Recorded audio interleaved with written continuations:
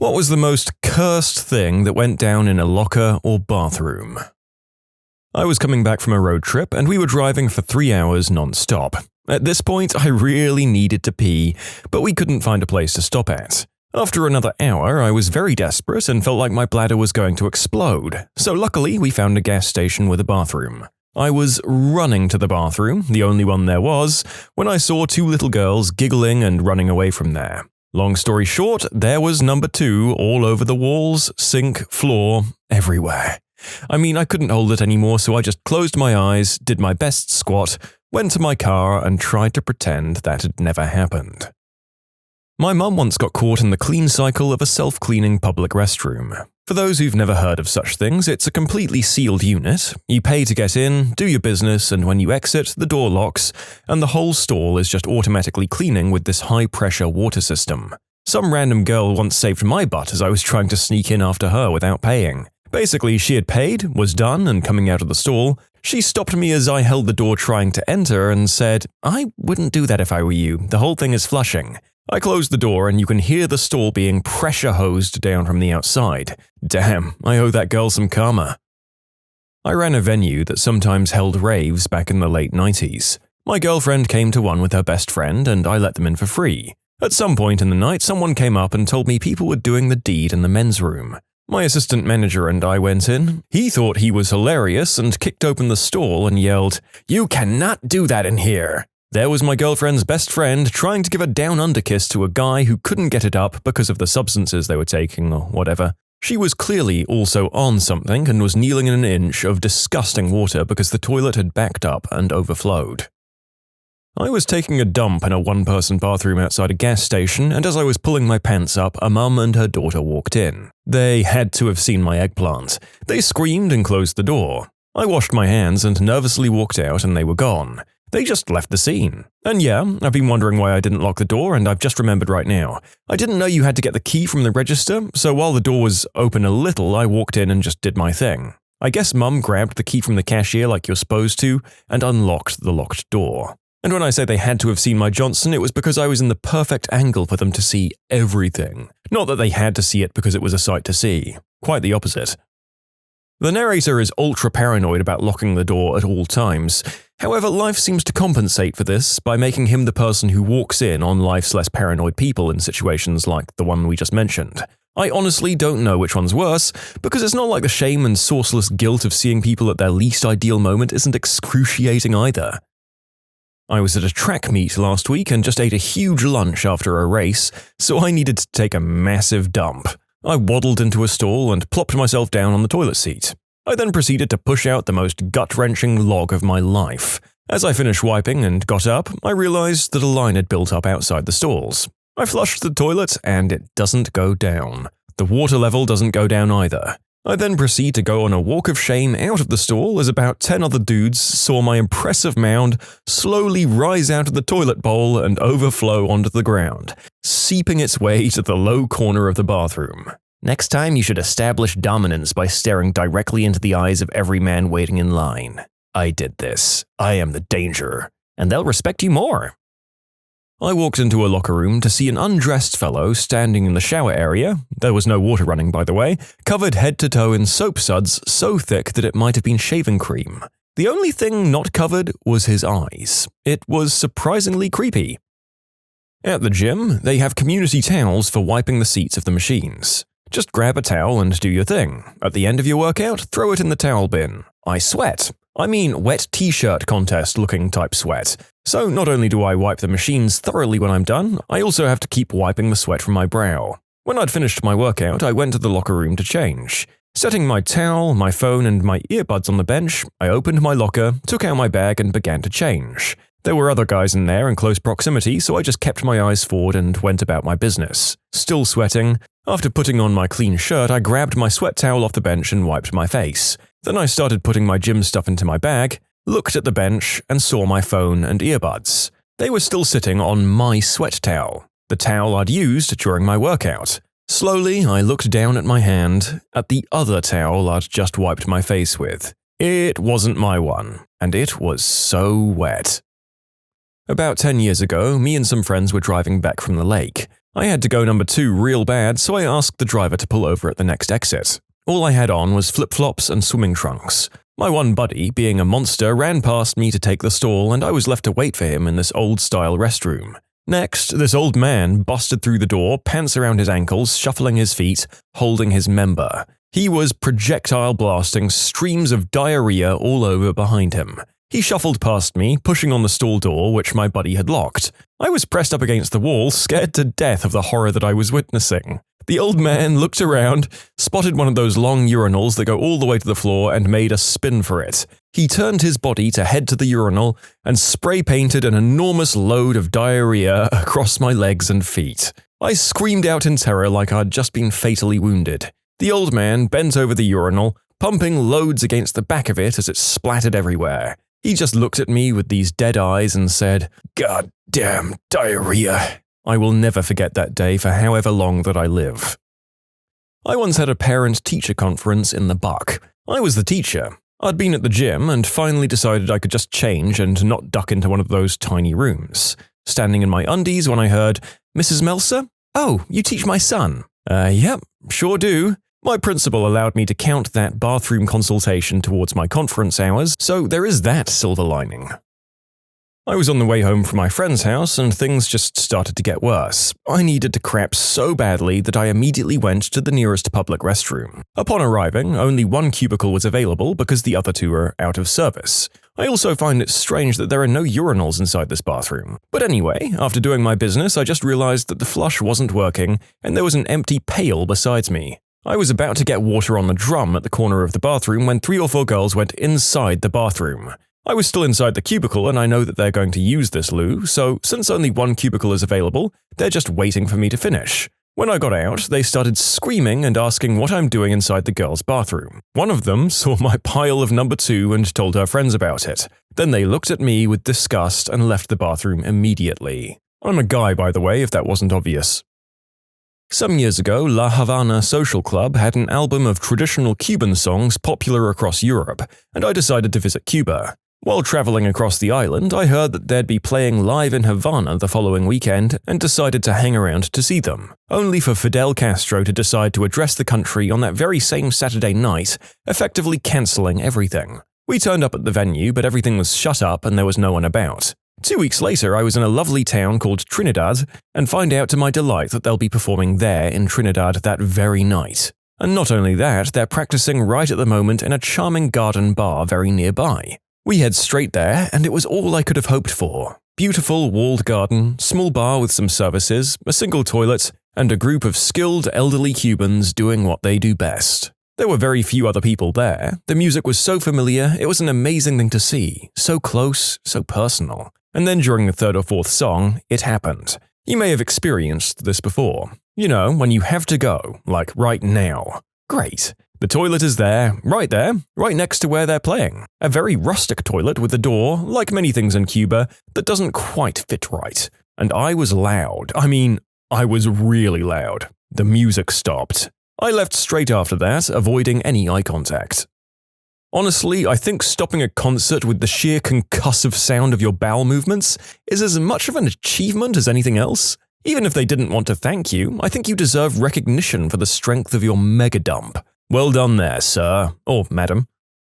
I'd gone to eat with my wife at an Indian restaurant, and then we met up with co-workers at a bar afterwards. The colonic bullet train that often follows Indian food just hit me. I didn't want to crap in the bar bathroom, so I ran down to the gas station on the corner. I know, it's still gross, but in my experience, anything is better than the bathroom at a bar. But then it turned out the gas station's bathroom was closed. I had no time left and ran back to the bar and into the bathroom. I now realize that 1, the bathroom door didn't lock, and 2, the oddest arrangement for a restroom I'd ever seen was before me. As soon as you open the door, there was no toilet with no stall, followed by the sink, then 2 urinals. I was mortified, but at this point, it's happening.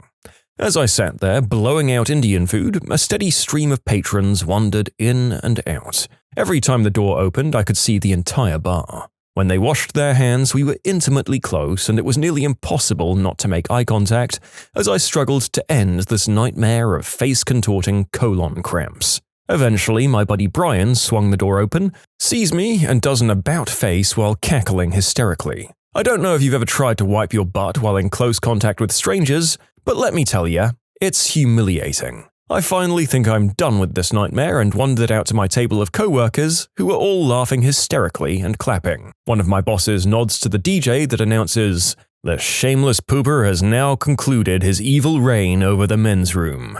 And he spins up Doin' That Butt by EU.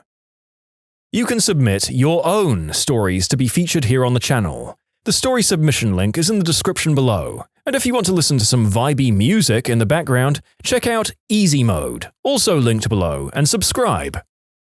I went number 2 at the cricket and there was surprisingly no toilet paper. It was before the start of the first women's game of the season, so unsurprisingly, I was alone in the toilet. I had no issues. I had to then wait until the next person came in. After sitting there for about a minute, contemplating whether or not I could use my old cardigan and dump it, a 12-year-old girl came in who passed me under a very decent amount of toilet paper. I said thank you to the girl, but also sung her praises to her mum waiting outside. I was so relieved. In elementary school, we never used the last stall because it was haunted. A junkie shadow boxing in the mirror after he tried to flush his pants down the toilet. I feel very sorry for the poor schmuck that had to clean that up. When I was in middle school, our female gym teacher was relatively masculine and was rumored to be batting for the other team. She was also not a very nice person, probably because she had no choice but to be tough. Anyway, being a middle school and mid-2000s, LGBT issues and people were still considered extremely taboo. A cruel rumor started that she had a camera in the locker room to record all of the girls changing. I thought it was super mean and chose not to perpetuate it. I didn't believe it until I saw it after basketball practice one night. There was a tiny webcam on top of one of the far lockers pointed out across the whole locker room.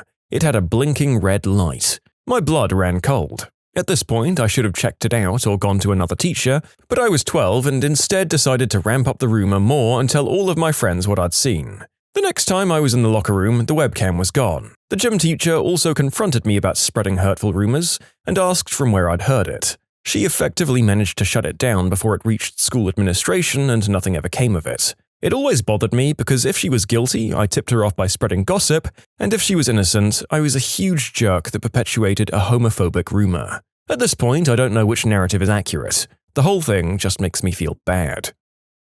Actually, here's one. I was in line at a festival to go to the Portaloo, and there was someone holding up the toilet for a good 15 minutes. Everyone in the line started getting annoyed and ranty until one chick ran up and ripped the door open. There were 2 girls wearing overalls pulled down around their middle, with their fronts hanging out, and they started to yell at everyone while rubbing their noses. They yelled something about having to take a dump, changing sanitary pads, and having a chunder, but me thinks it might have had more to do with the white snow up their butts and noses. I had to go to a meeting across the state. It was a long drive and I'd had a lot of coffee. So I went into the restroom about 30 minutes into the meeting when I thought no one would be in there to have what we in the caffeine addiction business call a rear-end disaster. So I went into the stall and just started going ham. In the words of Danny DeVito, so anyway, I started blasting. You all know what that's about. After the London Blitz was over, I was fumbling around for toilet paper in a half squat, looking less human and more ape than normal, just messing with the TP dispenser because all of the paper was jammed up inside it at a weird angle. I got out and started doing damage control on my butthole when this lady just frickin' burst into my stall. The lock was kind of screwy but absolutely engaged, and I had a purse on the floor as a backup signal to passers-by, but this dolt just frickin' slammed into my stall. She saw my whole situation. I didn't even feel like a human. I felt like a toilet paper monster. There was crap on my butt cheeks, and this lady stumbles in like a gazelle, happening upon 2 lions making gross, disgusting lion love. But does she leave, like a sensible person? Does she say, "Oops, my bad for ripping that lock apart and ignoring the several other unoccupied and obviously open stalls and going directly for the closed-looking one with the noises emanating from it like the gosh damn bombs over London"? No. She looks me dead in the eye and says, "Why didn't you lock the door?" and just waits for an explanation. Like, lady, no. Go away. Now I was the gazelle and she was the frickin' lion. I just took the hand not covered in crappy TP and started slamming the door until she got the hint. I also clogged that toilet, but I plunged it, so no hard feelings. The worst part of all this? I'm technically her boss. Maybe she was desperate too. Maybe she was trying to avoid a similar blitz in her pants and that's why she charged into your stall door like it was the wall and she was the Kool-Aid man. Awkward in any case. I don't understand what had happened to make your butt such a disaster zone, but you do have my sympathy.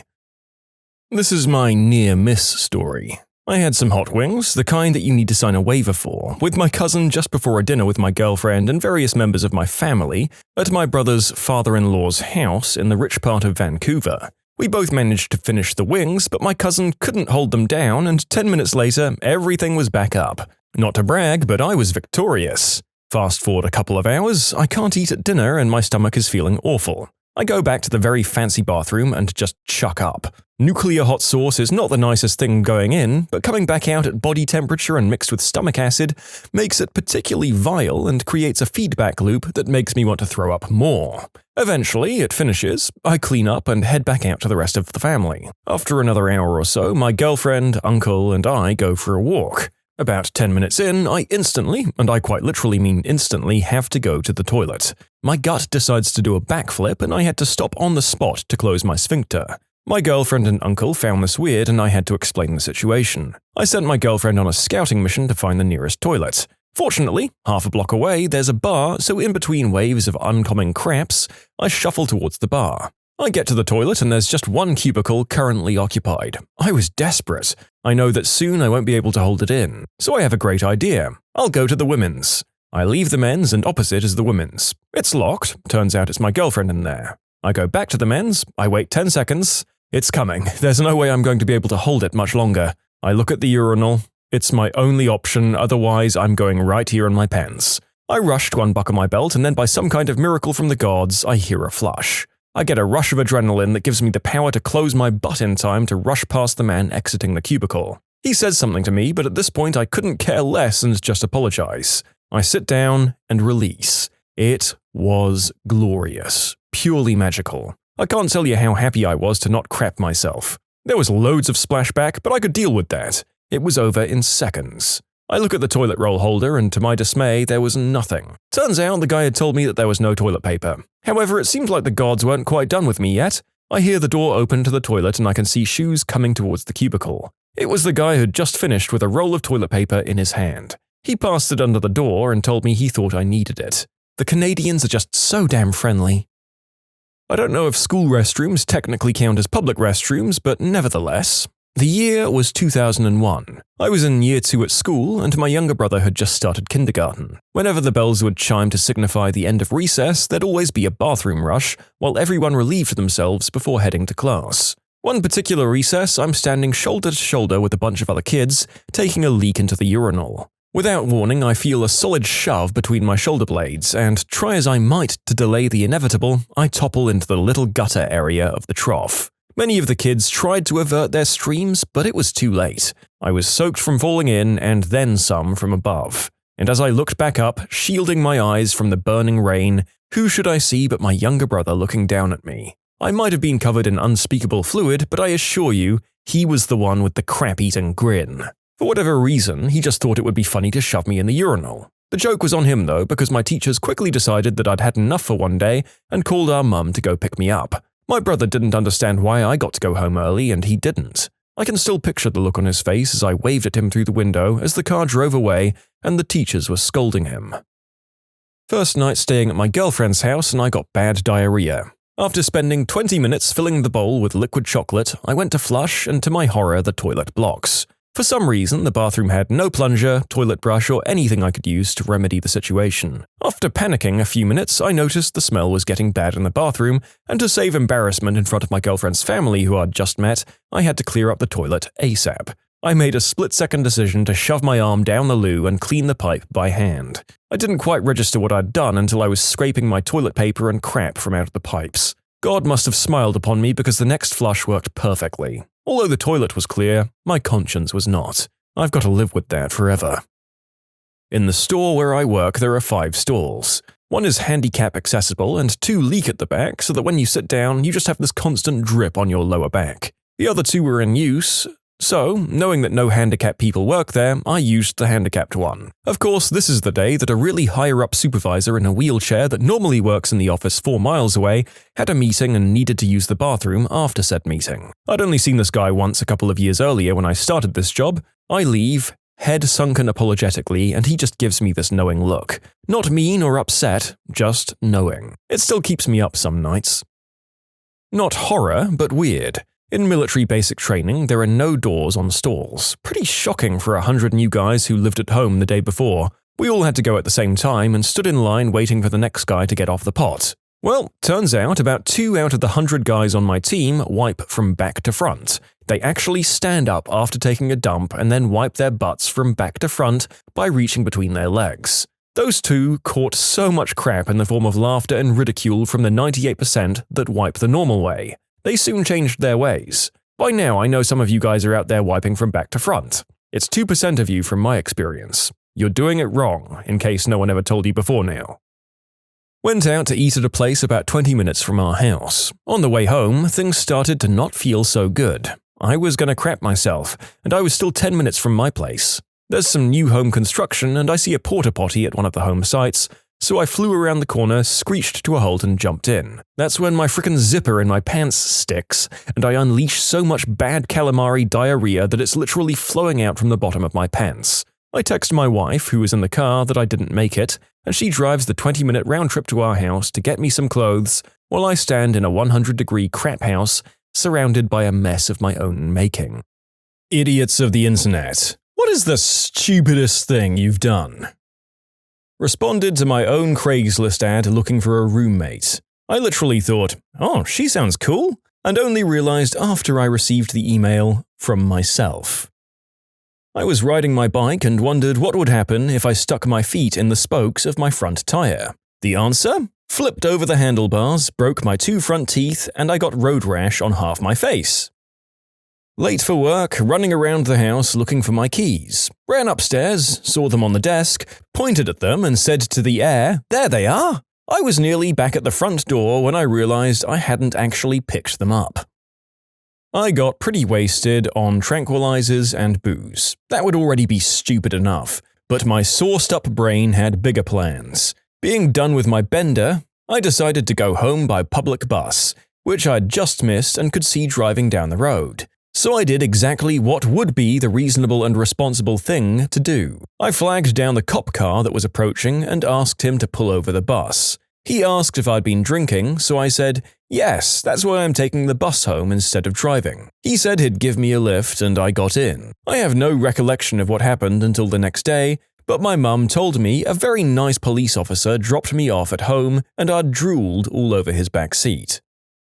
I work as a substitute middle school teacher. At the beginning of each day, the kids listen to the announcements. One time, they announced that one of the students who'd been battling a terminal illness passed away the night before. So me, being the great guy that I am, decided to give the students 5 minutes of time to sit quietly and reflect. Then I decided to lighten the mood by calling attendance. So I used bizarre inflection to entertain the students. I called out, "Tyler?" No response. Called it out again, no response. Finally, one student piped up and said that was the kid that we'd just had a 5-minute silence for. This was after I'd called out his name several times with differing tones of voice to be comical, while all the students saw was me bashing the dead kid. Frick. Oh boy, all of these so far, apart from the tranquilizer one, are things that the narrator could imagine themselves doing. But this final one especially. Well-meaning joke to get the poor kids to smile turns into a horrible, disrespectful moment. Well done. In a spelling bee, I spelled the word Python Python. I was quickly reminded that eth is not a letter, though to this day I think that maybe it should be. I woke up one night, I saw a hand on my pillow, started to freak out, froze, waited, decided I'd move, screamed and jumped when the hand moved. It was my hand. I once fell asleep with my hand above my head, so it fell completely asleep. In the middle of the night, a hand flopped onto my chest, completely numb. So I woke up with a hand on my chest that I couldn't feel. Scared the crap out of me. I turned left onto a one-way street, where I should have gone right. That wasn't so bad until I panicked and then did a U-turn around the median onto yet another one-way street. Still going the wrong way. Enter my first and only car accident.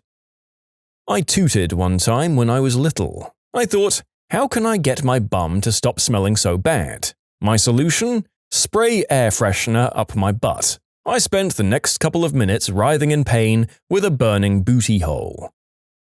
I stapled my finger to see if stapling my finger was possible. Can confirm, it is. I let my friend shoot me with a blowgun dart we bought at the flea market. It hurt a lot at first, but then Bautista won the Royal Rumble on PPV an hour later and everything went numb.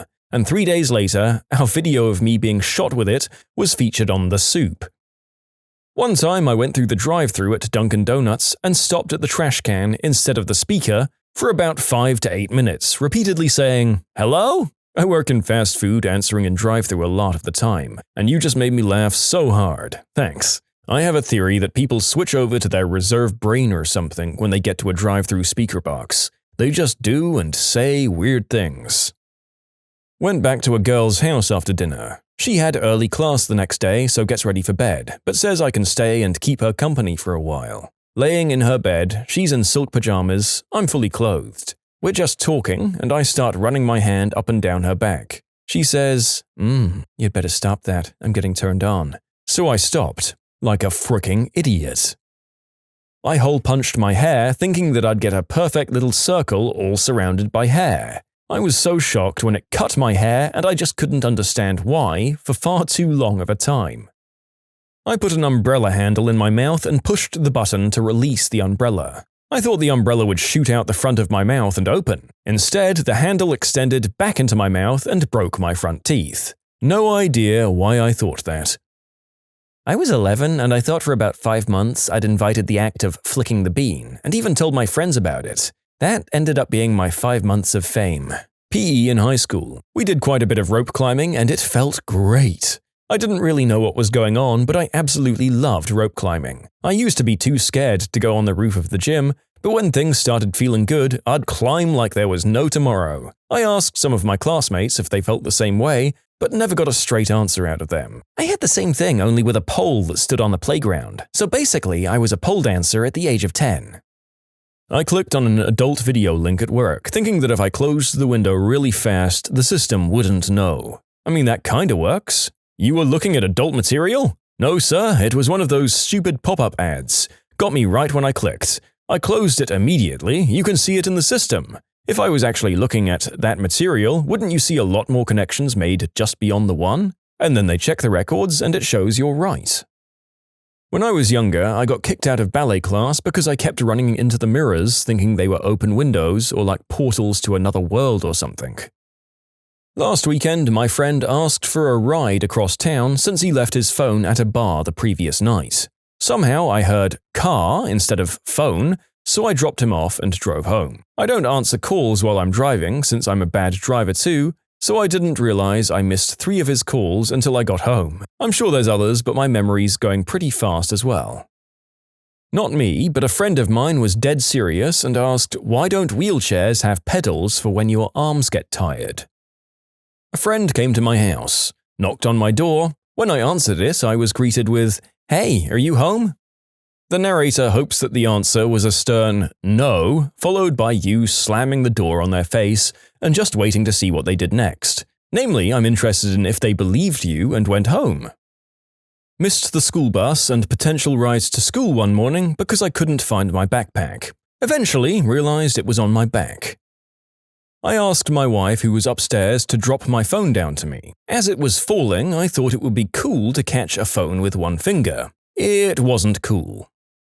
When my girlfriend asked why I was always late when going to her place, my response was, I'm only late for things that aren't important. I was going number 2 once while browsing Reddit. I wiped my butt with the other hand, stood up and threw my phone in the toilet. I just stood there and said, what the frick? And looked at my duty-covered toilet paper. One of my exes and I met in the city. We always went on dates in the city and never close to where we lived. I'd just moved to the area. I'd heard of the place he lived in, but I didn't think it was close to where I lived, and never really thought about it. Then I started staying over at his place, and when I was going home the following afternoons, I'd take the tram into the city centre for 20 minutes, and then the bus to get to my house, another 40 minutes. I honestly thought the village he lived in was far from my house, so I took the route I knew. Turns out he lives a 10-minute walk away. I did this like 8 times. When I was a kid, I had this genius idea. People are in wheelchairs because they can't lift their legs to walk, right? So what if you tied a length of string around your knee, held on to the other end, and marched yourself around like a puppet? I even named my genius invention. I called it leg reins. It never occurred to me that if you were paralyzed, you wouldn't be able to balance. It also didn't occur to me that I wasn't actually lifting my legs with my arms, I was doing it with my legs. I somehow didn't realize that the reason my dad got me to demonstrate my idea to everyone he knew, one after another whenever someone came over, was not because he was proud of the towering intellect his son possessed. I once started talking crap about a friend who I'd forgotten we'd just picked up and was sitting in the back seat of the car. This one still keeps me up at night. At a job I worked long ago, the crew boss had forgotten he had agreed to give Dave a ride home that night. We cut lawns at various places and Dave wasn't so good at it. We drove past one of those places on the way home and my boss started ranting. "Fricking Dave, he missed half that lawn, it looks like crap. That guy is dumb as a rock." Dave quietly spoke up from the back seat. "I'm trying my best." It was pretty quiet for the rest of the ride home. Similar story, but a friend of mine was talking about a girl he was trying to do the deed with that night. And yeah, she was sitting in the back seat and heard the entire thing. It was horrifying for everyone involved. I tied a couch behind a truck with tow straps. I rode on the couch down a gravel road. I smelled burning as the couch legs began to catch fire from friction. The couch leg catches in a pothole and bucks me 5 feet into the air. I have a brief moment of immediate regret. I spend next week sitting very carefully as my butt no longer had any skin on it. The barber, while cutting my hair, asks, "What do you do for a living?" And I replied, "I'm an accountant. You?" This happens in movie theaters and airports all the time. Enjoy the show. You too. Have a good flight. You too. You can submit your own stories to be featured here on the channel. The story submission link is in the description below. And if you want to listen to some vibey music in the background, check out easymode, also linked below, and subscribe.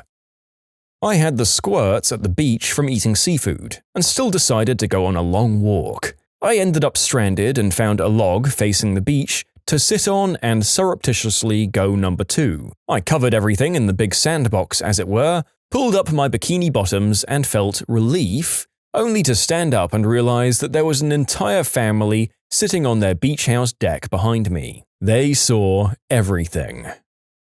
Unable to find my phone, in a complete state of panic, I sent my friend a text asking, "Dude, did I leave my phone at your place? I can't find it anywhere." And he replied, "What are you using to send this text, genius?" I have never in my life been so ashamed. I once lost my phone, so I used my phone's light to search for it. I was in a bus, school trip. I even turned the phone back on when it locked the screen. Good times. The best part is I even asked a friend to help me while I pointed the light to his face.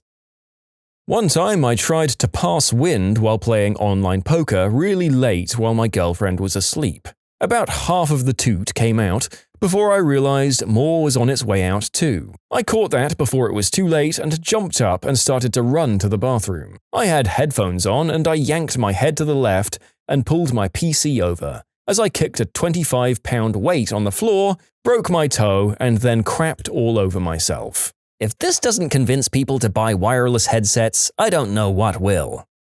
Listen, some of us need really high-quality wired headsets for our gaming or our jobs processing and monitoring vast amounts of audio files. That said, this failure is spectacular. One of those times where the transition to 30 seconds before, happily playing your PC, to the present in pain, with a balked computer and covered in your own feces, just seems so impressive.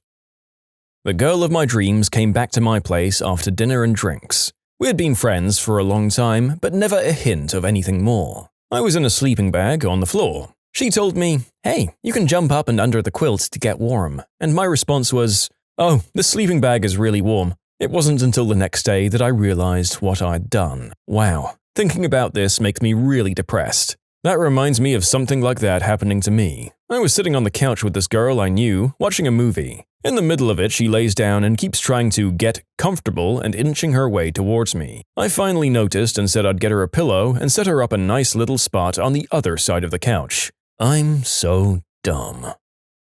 I once walked right into a road sign. I passed away and woke up in an alley. For real. When I was younger, I went on a date. Things started to get hot and heavy, so she grabbed my hand and put it up her skirt. I didn't know what to do down there, so I just cupped her hoo-ha for an hour. I once thought it would be a good idea to take 3 hits of a hallucinogenic substance and go to my cousin's middle school dance recital. It wasn't a good idea. It was a bad idea. It was a very fricking bad idea. Mine was one of those moments of true stupidity. I was finishing on the John and about to go to bed. I stood up and flushed. As I did, I thought I heard something plop into the bowl. I instantly reached in and, to my delight, grabbed the first thing I felt in my hand. I came up with a turd. I have 2. The first is the time I ended up in the hospital because of pasta. One night I was doing dishes that I'd left out for about a week. You know, uni life. And there was a piece of pasta heavily crusted into the bottom of the pot. I couldn't get it off with a sponge or with the brush I was using, so I tried to pick it off with my nails. I managed to pick a little bit too hard, and boom, the pasta shard is under my thumbnail up to about the halfway point. About 10 seconds later, my finger was dripping blood and I realized that the pasta was actually getting cooked by my blood, and visions of awful infections started to run through my head. I decided to play it safe and go to the ER, and the doctor that ended up seeing me 3 hours later told me that I'd made the right choice coming in, which made me feel a little bit better. A couple of scalpels, some surgical scissors, and 30 minutes of excruciating pasta extraction later, I walked out of the hospital missing half of my thumbnail. It hurt like an absolute witch for the next week. I was told that I was the only pasta-related injury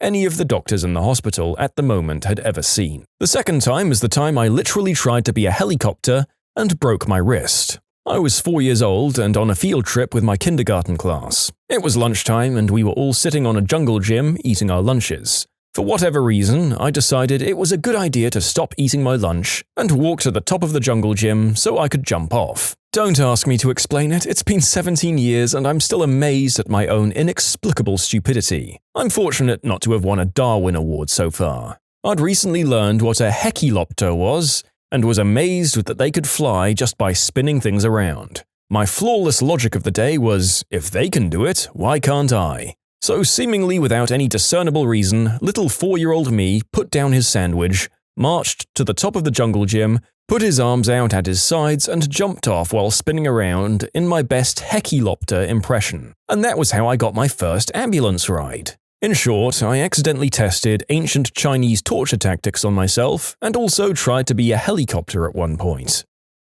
I think so many people's stupidest moments can be summed up with, I can probably make this jump every single time. Hey guys, look, Mario just posted his answer. After a night of drinking, we went back to my then-boyfriend's place to chill. He turned on the TV, but I had other ideas. I pulled the rolling chair away from his computer desk, placing myself between him and the TV. I turned the chair backwards, threw my leg over in what I thought was going to be a seductive manner, whipped my hair a little, and ended up putting my foot down on the edge of the wheelie part on the other side. I rolled my ankle and my momentum carried me all the way over to the floor. I hit the ground, the chair back smashed my face, and my nose started bleeding. Not my brightest moment. I asked my friend if he got his car back from the garage while we were sitting in it. I am not a smart man. I was in a wheelchair in the hospital room, with my leg propped up with the wheelchair leg holder. The doctor said my sock needed to be taken off for him to look, so someone went forward to do it for me. And I was like, no, it's cool, I got it, and leaned over to take my sock off. Turns out the brakes weren't on the wheelchair. The whole wheelchair leaned forward and I landed right on my propped out foot and sprained ankle. Let's see, where to start? I once killed a pint of vodka straight on a dare. Spent the rest of the night ralphing. I fell for a prank of laying a stick across a shovel handle and then stomping the shovel spade to see how high the stick would go. I had my windshield tinted to 5% on my car. I sent a Nairobi prince some cash so I'd get a big return. Yeah, I actually did do this. I voted for Ross Perot in '92. I volunteered for several things in boot camp without knowing what they were. I rear-ended a cop car. During the questioning, I got the involuntary giggles, and when the cop asked if I thought it was funny, I said yes. In Little League, I chased a ball under the bleachers from the backside. Imagine running fast as the bleacher seats get lower and lower. I cracked my head open. I hit on a starting linebacker's girlfriend at a frat party. I even knew it was his girlfriend. Noticed my low oil pressure light on in the car. Decided I could make it to the next exit 10 miles away. I took bowling as a hypers class in college, cheated on the final exam and got caught. Decided to jump in the water to piss. Left the boat in gear. Spent half an hour trying to pick up a quarter that someone else had superglued to a sidewalk. I'm really not as dumb as all this sounds, I'm just impulsive. Damn it, Kevin, is that you again? This sir or madam is very hard to pin down. On the one hand, they're self-aware enough to know that all of these things are dumb. On the other hand, half an hour picking up the quarter? To get a refresher on who or what Kevin was, watch our video, Teachers. What's your "that student definitely isn't going places" moment? Although maybe it's not him and it's this next guy. I fell asleep on a roof. A slanted roof. I rolled over. Ever have one of those dreams where you're falling? I woke up just before I hit the ground. I rode my bike under a truck. I made a slingshot that fired metal plates through trees. I took these plates off my father's cars and bikes. I made a stump remover, basically an IED for farm work. Got confused and got the measurements wrong. I figured this out while a 2-ton stump was about 80 feet in the air. I thought that my knife juggling skills would impress girls at a party. I'd been drinking heavily for that one. Did the deed on a trampoline. Advice: if you ever want to try that, don't. Your member can break. I also did the deed in the water at a beach. Advice: if you want to try this, don't. Sand gets everywhere, especially if you're uncircumcised. I shot myself with a .22 bullet. Not the gun, just the bullet. Well, and a hammer. I took half a pound of gunpowder to school. Tried to write my name on the football field. Turns out the guy with the distinctive name and no eyebrows can easily be identified. Another time I tried to jump a fence on a motorcycle. A barbed wire fence. Strangely, if this had gone just a little worse, the beach thing would have gone better. Parked my dad's car the wrong way, i.e. in a swimming pool. Tried to help a dog who'd been hit by a car. Had a large portion of my face torn open. That being said, I would do that one again. Lots more, but I'm a little tired. My wife thinks I'm stupid, by the way. People who've been clinically dead. Is there an afterlife? I was dead for 6 whole minutes. I was lying on the gurney and I was getting colder. However, at some point, my body actually started warming up and everything became really calm and peaceful. I was no longer in pain. The noise from ER just kind of went away. It was really enjoyable. I was thinking about my daughter and I was remembering all the things we had done. Slowly, it was just going black and nothing. There was no knowledge of anything. I explain it as it was like before I was born. Then, the worst thing in the world is being revived. I started hearing loud noises, I felt this massive pain, then there was the nastiest stench ever. The smell was like every dead animal had crawled in my nose. It was so bad that I started chucking up. I remember the doctors turning me on my side and watching me spray on a nurse. Dying was the most pleasant thing I've ever experienced, and being revived was the worst. Not really sure what happened, and it still freaks me out to this day. My daughter was 4 and developed pneumonia. Her breathing would stop in her sleep, so we took her into the emergency room. She was there for a total of 5 days. For the first 3, her health kept deteriorating, and on the 3rd day, my girlfriend got a call that her mother had collapsed and was taken to the hospital. She was without oxygen for 20 minutes and was declared brain dead. That night, my daughter woke up and asked about Grandma. No one had said anything to her or been in the room with her. We asked her what she meant, and she told us that Grandma came to her in a dream and said, "It's not your time yet. I'll go for you." Immediately the next day, my daughter was almost 100% better. Anaphylaxis. Wasn't breathing. I considered all the hallucinations I experienced likely due to hypoxic episodes until I told my mum what I saw. A middle-aged man who wasn't in scrubs, standing still at the end of my bed, while all the staff were running around and doing their business. I was having a non-verbal conversation with him, and he was telling me to calm down, focus on breathing. He wore a tropical-style button-down shirt, one of those old-school newsboys' hats, and had a very pleasant demeanor. Mum showed me a photo of my grandpa that I'd never seen before, and it was the guy at the foot of my bed, and he died before I was even born. A black void. Then waking up in ER surrounded by people running around like crazy. I was cold as all heck, but in reality, apparently I was at room temperature. I have to add that it was relatively peaceful, like being wrapped in a big warm blanket. The narrator went into this topic with some trepidation, shall we say, but I must say that so far at least, these stories are somewhat comforting and reassuring. Even if the idea of passing into the great beyond does scare a little, it's nice to know that near the end we chill out a bit before we pass and might be okay with what's happening. The next perspective seems to come from someone who's quite well read on the length and breadth of what people can see. There are some researchers who've been collecting and quantifying the data of near-death experiences, or NDEs, for years now. They've created 6 categories, or stages of NDEs, that generally sum up most experiences. The first is the hellish experience. It can either be a mildly uncomfortable experience, a cold, dark, damp, loveless experience, or the traditional flames and devil experience.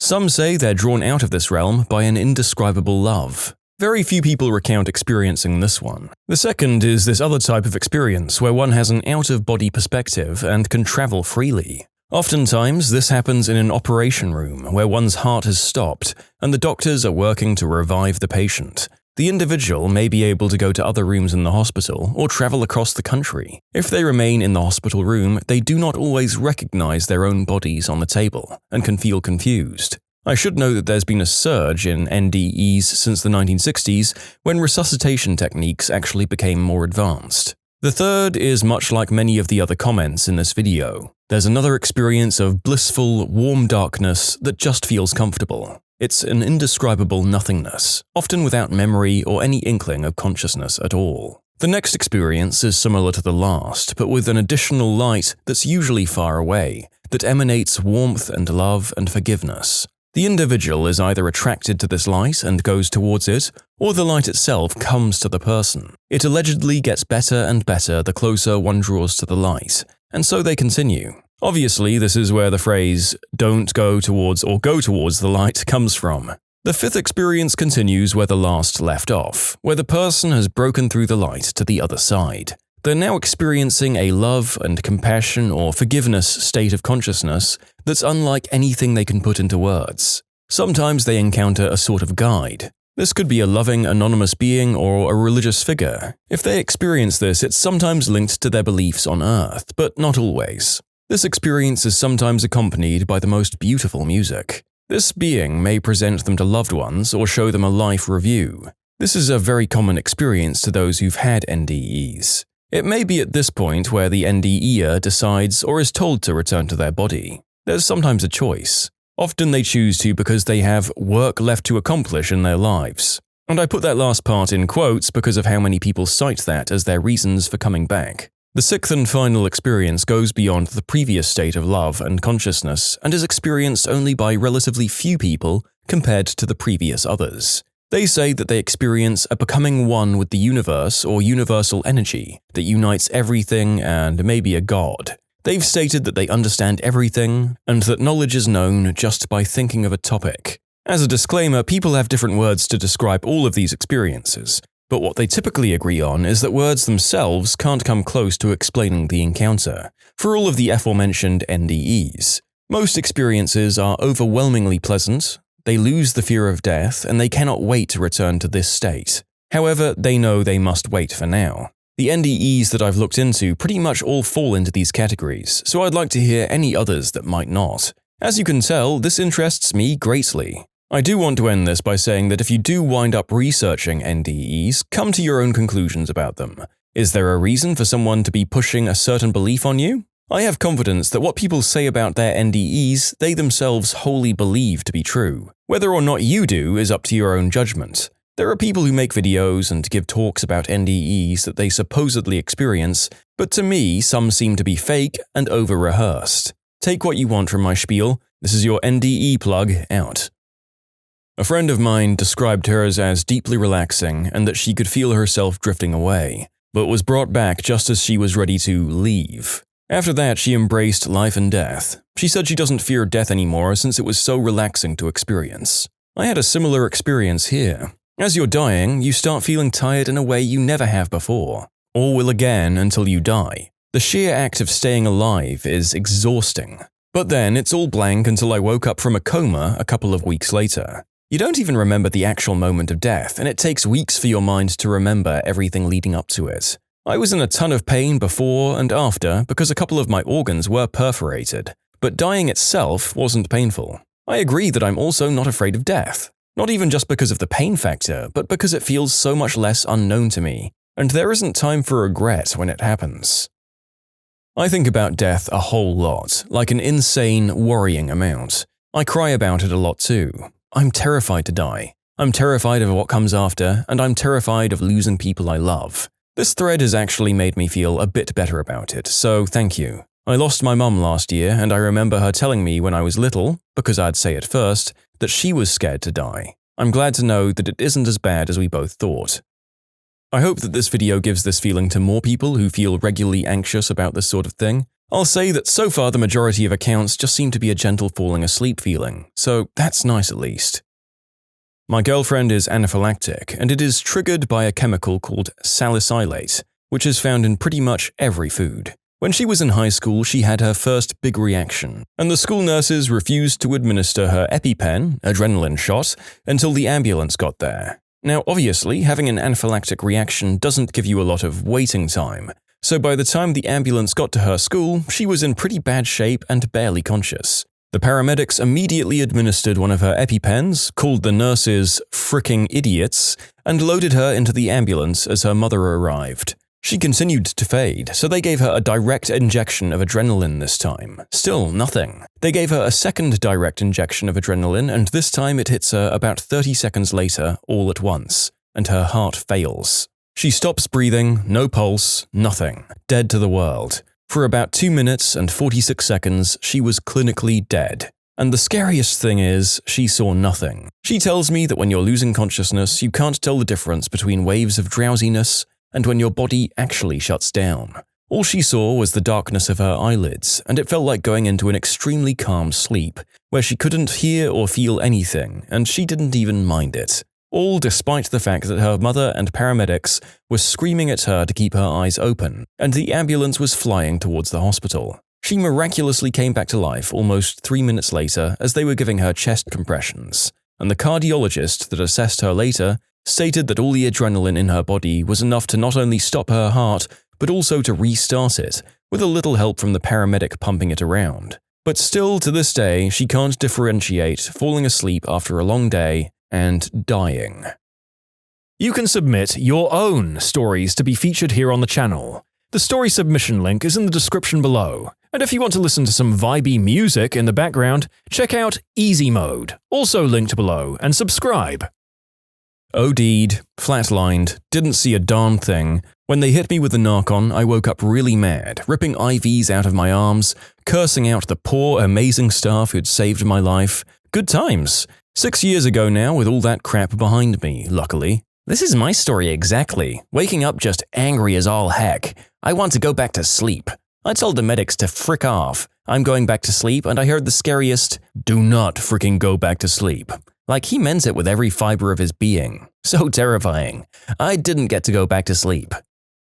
I was on loads of morphine, so it's still really hazy, and the fact that it happened almost 6 years ago doesn't really help the memory, but I'll try to recollect as accurately as I can what happened and what I experienced. I had appendicitis, and my foster parents at the time didn't take me to the hospital until 2, almost 3 days after it had burst. I should have been dead well before they took me. Even the doctors called it a miracle. Well, I died while waiting for surgery. I had to wait for a pediatric surgeon to come in because no one else felt comfortable performing the surgery on a case this bad with a child this size. The morons took me to the adult hospital, not the pediatrics, which was 40 minutes away. I was 14, 5'3", and weighed 75 pounds soaking wet. So while I was waiting for the surgeon, I was in a room with me, the doctor, my 2 foster parents, and my grandmother, who is a residential nurse. Like I said, I was on a lot of morphine and couldn't really focus on much, and couldn't really do anything. The monitor I was hooked up to would beep really loudly from time to time, and the intervals between beeps started to decrease rapidly. Turns out I wasn't breathing. I was conscious for the most part, I just kept forgetting to breathe. Doctors had to keep nudging me so I wouldn't sleep. I just remember being really angry at this loud beeping that kept me from enjoying a nice slumber. The doctor had to step out for a second, and my grandmother assured him she could look after me for a while. Unfortunately for her, she was out of her mind with rage at my foster parents. She didn't hold anything back. My grandma is a sweet Mormon Utah without a rude bone in her body. Well, I heard quite a few FUs, pieces of crap, among other choice insults. My point is, she didn't notice I'd passed out until the monitor signaled I'd flatlined. This is the bit where I died, and it's by far the most vivid part of the experience. I remember being capable of thought, but no thoughts were in my head. I can only describe it as being conscious of my spirit, but without a body for my thoughts to be processed in. I just kind of existed without feeling, thinking, or being anything. I was floating. Honestly, at the time, it was a great feeling. I don't remember any visions of people, family, places, or anything like that, but I felt something wrap around me and comfort me. Without talking, I was assured I was okay, that there was nothing to be worried about, and at that point, my thoughts returned. I knew at that moment, without knowing how long I'd be able to keep thinking, that I had to go back. I didn't want to, but knowing that the last thing I'd see before I left mortal life was these two pieces of human garbage who'd bullied me, neglected me, and treated me like a stain that they didn't want to bother trying to clean up, that's what did it. I wanted to get back to my body, fix my fricking life so I could go back and live with my bio parents and feel loved again. In that moment, that's all I cared about. And then I sort of willed myself back. Doctors had tried to resuscitate me but failed. Everyone was shocked when I woke up, and seeing the tears in my grandma's eyes after thinking she had lost me, that did it.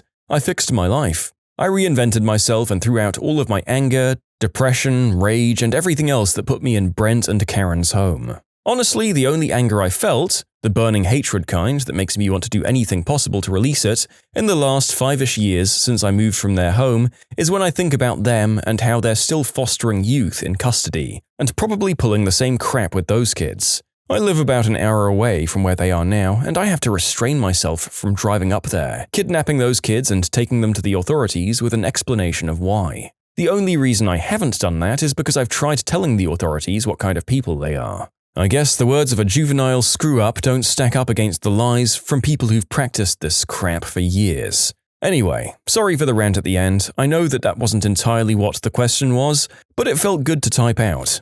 Thank you for asking this question. It's been surprisingly therapeutic talking about it. It means a lot to me even if you have no idea who I am. I'm by no means perfect, but working every day for a better life. I'm actually studying law and criminology because I want to join the police force and work with kids like me and try to help them understand that it gets better. And this is the other major recurring NDE, the outer body experience. It might sound like a movie trope, but it's quite lovely that your love for your family and desire to fix things was what brought you back as well. I hope you can help out as many people like your old self as possible with the great second chance that you were given. I know 3 people that have been clinically dead and have come back. What they described is something much different than what people are talking about here. They all said, if you paraphrase, that it feels as if you're passing out. Someone compared it to ODing or whippets, nitrous oxide. A feeling of your conscience slowly getting focused into one point in the exact middle of your head, while your limbs lose feeling in a tingling, pleasant way, and then you lose consciousness. One girl said that when she came back into conscience, she was hallucinating because she had no idea what was going on, and she started dreaming of something safe, which was her mother hugging her in a warm bed. I coded after surgery. I remember being able to see and hear everything and understand what was happening, but I couldn't physically feel anything. It was deeply unsettling. I'm going to have to speak for my dad here. He passed away a few years back. I wrote this out a while back actually, but maybe this will be a relevant place for it to be as well. Dad was fearful in his last days. He had been to the hospital many times, and every single time he came close to death. What he remembered didn't reconcile with what most people report when having a near-death experience. He, in fact, had a lot of bad experiences. One in particular was where he relived a day 3 times in a row where doctors sedated him, but he was still fully aware of what was happening to him. He could hear the conversations, feel the pain, feel the choking and suffocation. When I saw him the next day, he had tears in his eyes as he tried to communicate a question on how many days he'd been gone. When I told him one day, he was confused, and it took him a while to wrap his head around it. He thought he'd gone to hell, and this was his eternal punishment. He pondered for a long time on what he could have done to deserve that as a punishment. He didn't even want to be in the hospital. He hated them his whole life, and that experience made him hate hospitals even more. Dad's last trip, via ambulance, he actually walked out to the ambulance and it wasn't because of the usual shortness of breath, it was because of chest pains. I was sure this was going to be a short stay and he'd be back soon again. During this last stay, he experienced more sedation, more hallucinations, and more disorientation. I went to visit him every single day to get an update on his status. One night in particular, they had trouble getting his heart rate down. It was steadily beating at about 160 and would calm to 120 or so before going back up to 160. It wasn't looking good for him. Then, the next time he was up, I walked in right around his dinner time. He couldn't wait to talk to me, but he could barely talk. It took all of his effort and energy, but he had some things to say. He said, "Son, I know without a doubt that there is an afterlife." I said, "Really?" He nodded. "How are you so sure? You've been seeing things on the ceiling and all kinds of hallucinations." "That wasn't me. I wasn't here." "You weren't here?" "I was there." "Okay, well, did you see anyone you knew?" He shook his head, no. "It's not like that. You can see souls being born into life, and it's the most beautiful thing you can see. Everyone has their own color, and they're trying to get to white." "Trying to get to white?" He nodded again. "Yeah, time doesn't exist there. Time is here because of us, and we're here because of time.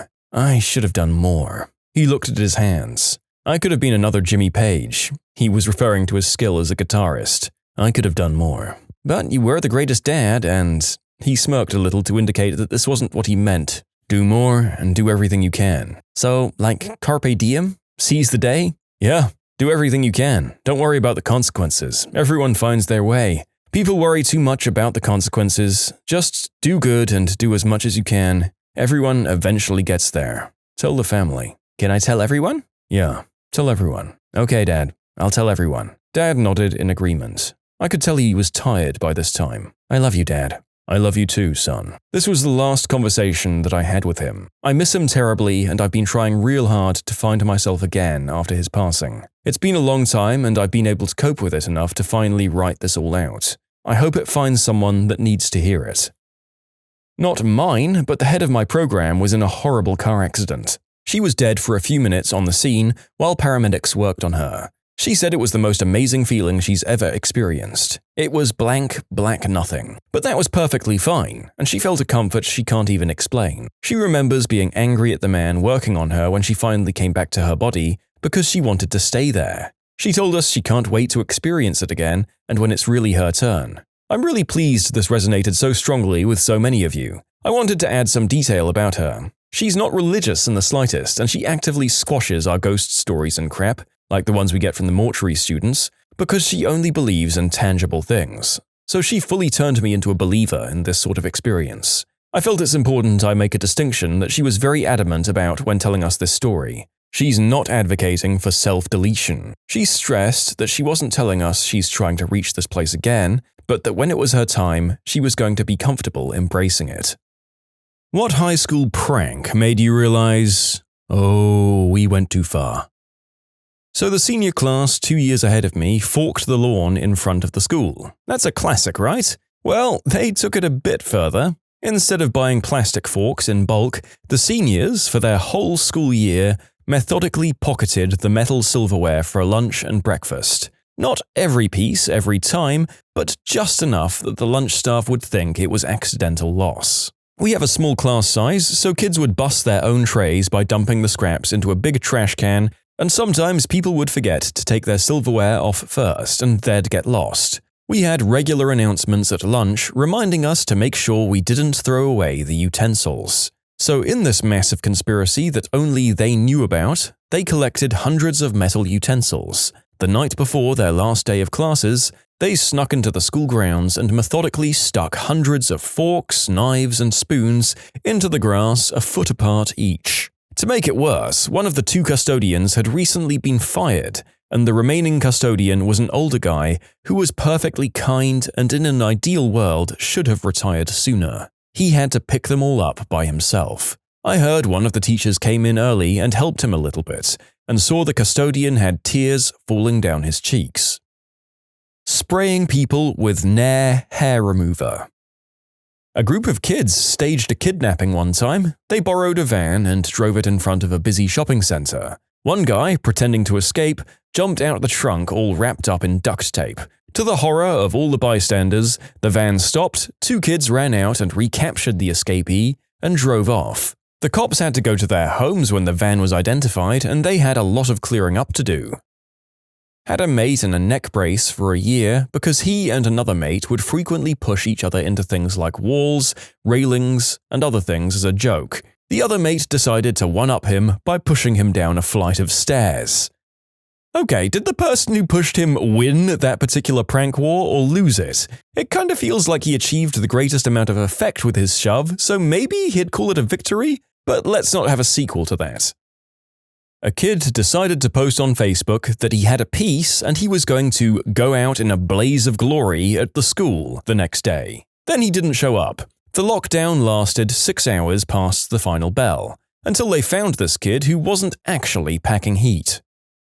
When I was a freshman, there was a tree that was planted when the school was founded. The seniors destroyed it and everyone was really angry at them. There was legend in my school of a senior class, before I was a freshman, who had dumped whole buckets of crickets into all of the school's garbage cans. Fast forward, and a fight broke out at lunch, and a student was knocked into one of the garbage cans, and thousands of crickets spilled onto the concourse, causing a massive riot. I'm talking about mobs of kids leaving the school. The school was infested with crickets for years. At my high school, when I was a freshman, a group of seniors had broken into the school the night before, with hundreds of bottles of lubricant to grease up all of the staircases in the school. Like 15 kids went to the hospital. One kid cracked his head open and had to be rushed to the ER. A guy in my school had a crummy old car that the lock was broken on and could easily be put in neutral and pushed around. The steering still locked, so mostly kids would push it into a parking space ahead or behind of it. One day they pushed it and it got away from them and it damaged a teacher's car. The kids owned up to it, but considering the owner was so sick of his car being messed with, he called the police. Turns out moving a car a few meters is considered vehicle theft around here, and 3 kids were charged and expelled. Someone let a greased pig loose in the school. It basically ran around and was pretty funny. The teachers did try to catch him, but basically they opened doors and figured the pig would run outside. The janitor went full caveman and killed the pig with a broken broom handle. Blood all over the floor. The janitor was fired that day. This is around a week after the Parkland shooting in Florida. Some freshmen thought it would be a cool idea to bring in a BB pistol during school hours. All the staff thought he was an actual school shooter, and there were lockdowns with everyone ready to throw some heavy books at the first person who came into their rooms. This kid got expelled, and some say that he got sent to juvie. I should have probably provided more context. The guy was planning to play a prank on a friend of his by pulling out said piece. And that's how I spent 3 hours in my chem class panicking. Also, how the staff realized. A year before I transferred to a school, I learned that some seniors greased the steps with baby oil, causing students to slip and fall, including teachers, one of whom was several months pregnant. The principal ordered that they do not get to walk for graduation. There was this whole mess with the parents fighting to get the punishment overturned. Some of the students got punished and others got to walk for graduation. The parents were like, "No one got seriously hurt and it was just a prank." But seriously?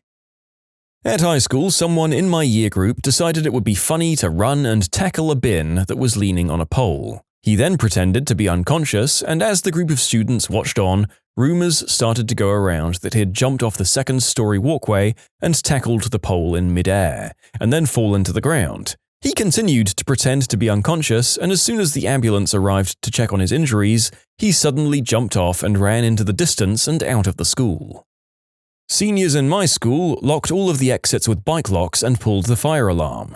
They were charged. A guy in my class put a tack on a chair like in old cartoons. When a classmate sat in said chair, it was not funny.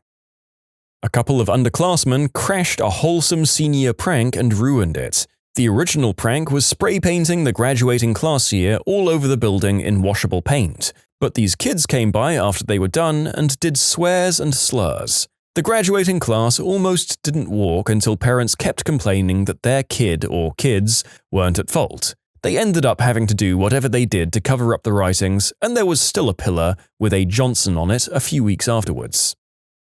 When I was a freshman, the senior prank was releasing farm animals into the school. A couple had to be put down because of injuries they sustained while running loose. And my senior year, someone crapped on the cafeteria floor and then surrounded it with some sort of clear oil. One of the janitors got hurt trying to clean it up. I'm all for funny pranks, but this was just vandalism and cruelty.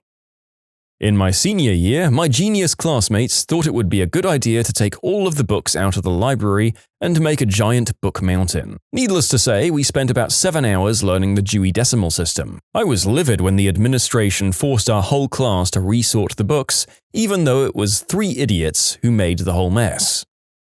Someone bought multiple bottles of this stuff called liquid ASS, and absolutely poured like 10 bottles of the stuff in the men's restroom. It was truly the smell of putrid, rotting, dead elephant doo-doo. It was horrendous. If I smelled a dead body, it would be the second worst thing I've ever smelled. It was that bad. Our poor janitor was assigned to clean it up, so he walked in and immediately projectile chucked all over the bathroom and quit the job on the spot. We were now out a janitor, and the mess now had the addition of his stomach contents on top of 10 bottles of liquid butt. It took a while to find a new janitor, so the vom just sort of sat there for a week and was basically a biohazard at that point. The new janitor eventually cleaned the mess in a full bodysuit, but even after bleaching everything, we could still smell it for over 6 months. They had to permanently remove the front door to that bathroom.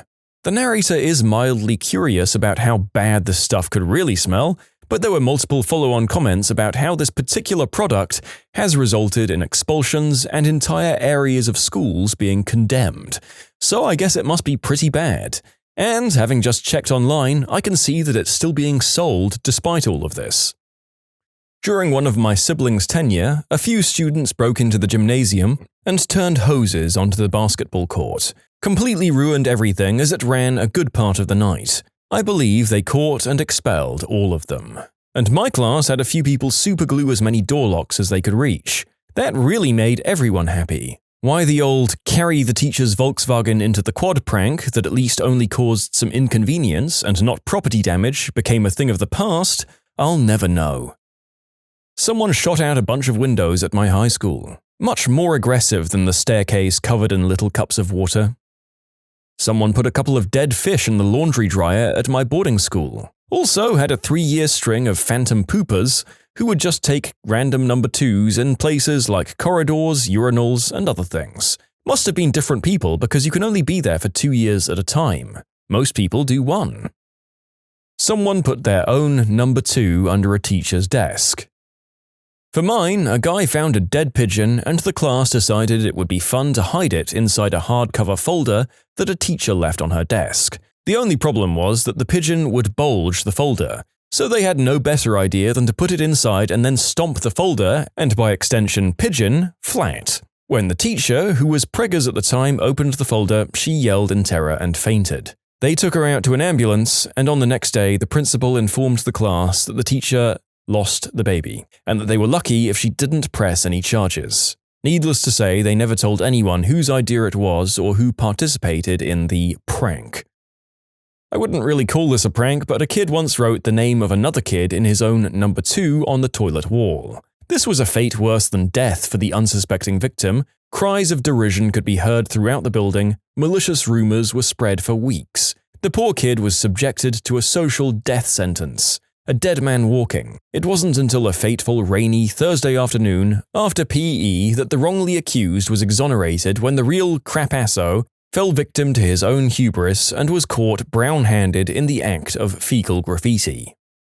You can submit your own stories to be featured here on the channel. The story submission link is in the description below. And if you want to listen to some vibey music in the background, check out easymode, also linked below, and subscribe. Someone slipped Lucy in the Sky with Diamonds into a teacher's coffee. He was tripping. I think back on it now and I feel sad for him. I broke into my friend's middle school email account in the middle of the night to send his current email address a message from the future. The message was inspired by that one prank from The Office where Jim sends Dwight faxes from the future about the coffee being poisoned. My dumb butt took it one step further and said that my friend needed to stop me and my other friend from playing the piano at break, as otherwise a bomb would go off. My friend took this seriously and alerted a teacher, who immediately knew it was me. Yes, the police were called and my butt was nearly suspended, and I was grounded for a month by my parents. Going back about 15 years ago, a group of 10 to 13 senior kids decided to try and raid our community school and literally rip off all the tube lights, bending all the ceiling fans, smash some walls, among other things. There was quite a substantial amount of damage. At the time, CCTVs weren't all that famous or used, so it was difficult to identify. But luckily, there were some eyewitnesses, and the boys and their parents were immediately summoned. Kids were suspended, and parents were asked to foot the bill. Oh, and the kids were named and shamed in front of the whole community.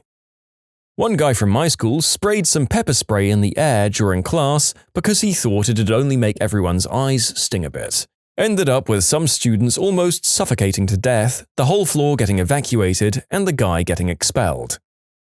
This was actually in middle school. The bathrooms had particularly low ceilings. One day, some kids went into the girls' bathroom during class time, I guess when the least amount of people would be in there, and somehow managed to get a chair up into the ceiling tiles. Many girls knew they did this, and we all thought it was pretty funny. We forgot about the chair for about a week until it came crashing down onto a girl who was using the loo. This girl was very frail and super underweight. It came down and knocked her out.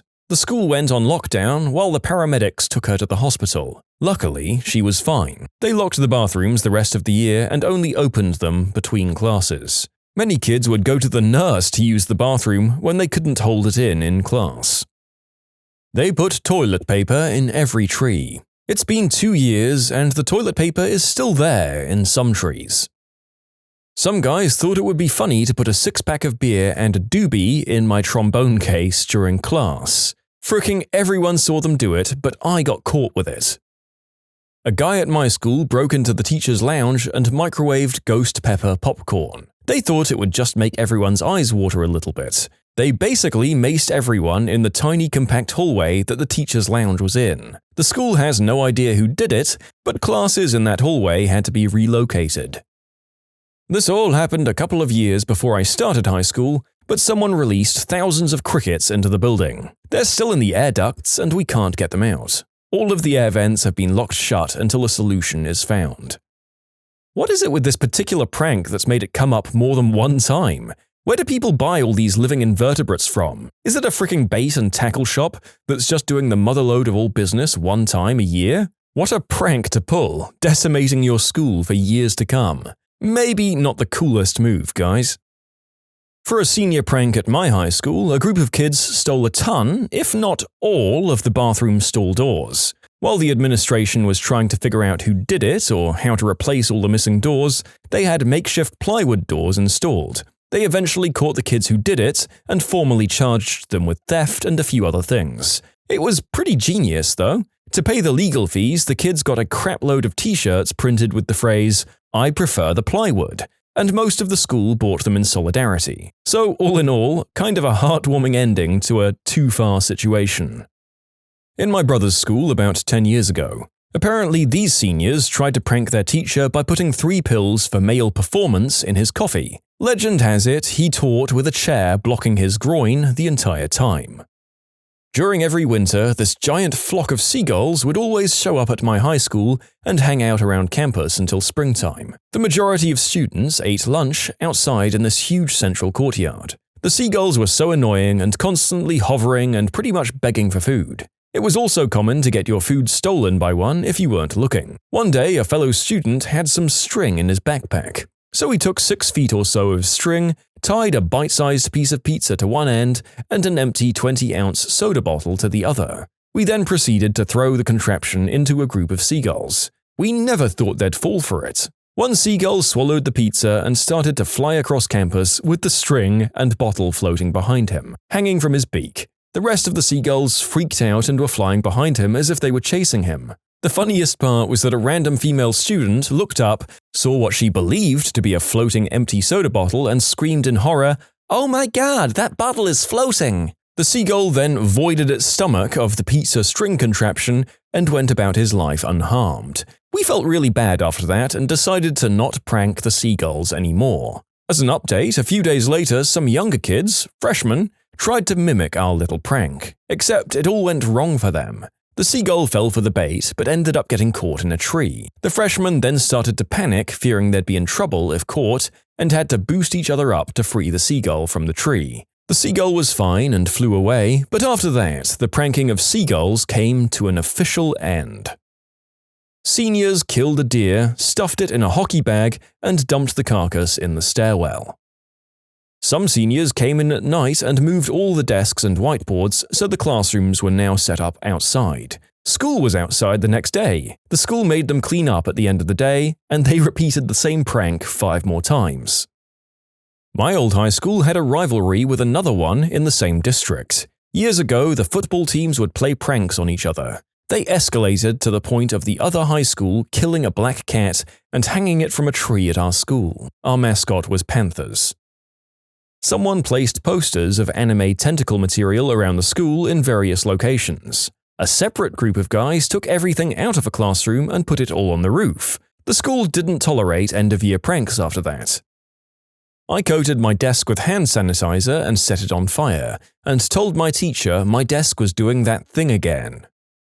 A girl a year or 2 above me sent this kid in my year a photo of her in a state of undress, and not just a regular one. She was putting her fist inside herself. He sent it around to everyone, and someone printed it off hundreds of times and put it up all around the school. Not necessarily a school prank, but childish nonetheless.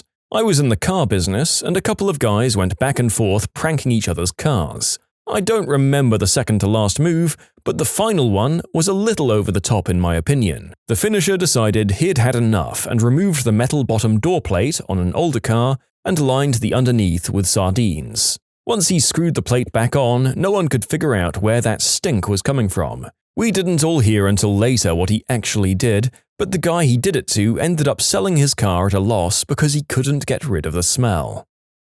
I had friends that would dry dock and upper deck. Dry docking is flushing all of the water out of the commode by turning the water off. Proceed to take a nasty number 2 without water. It's an awful cleanup.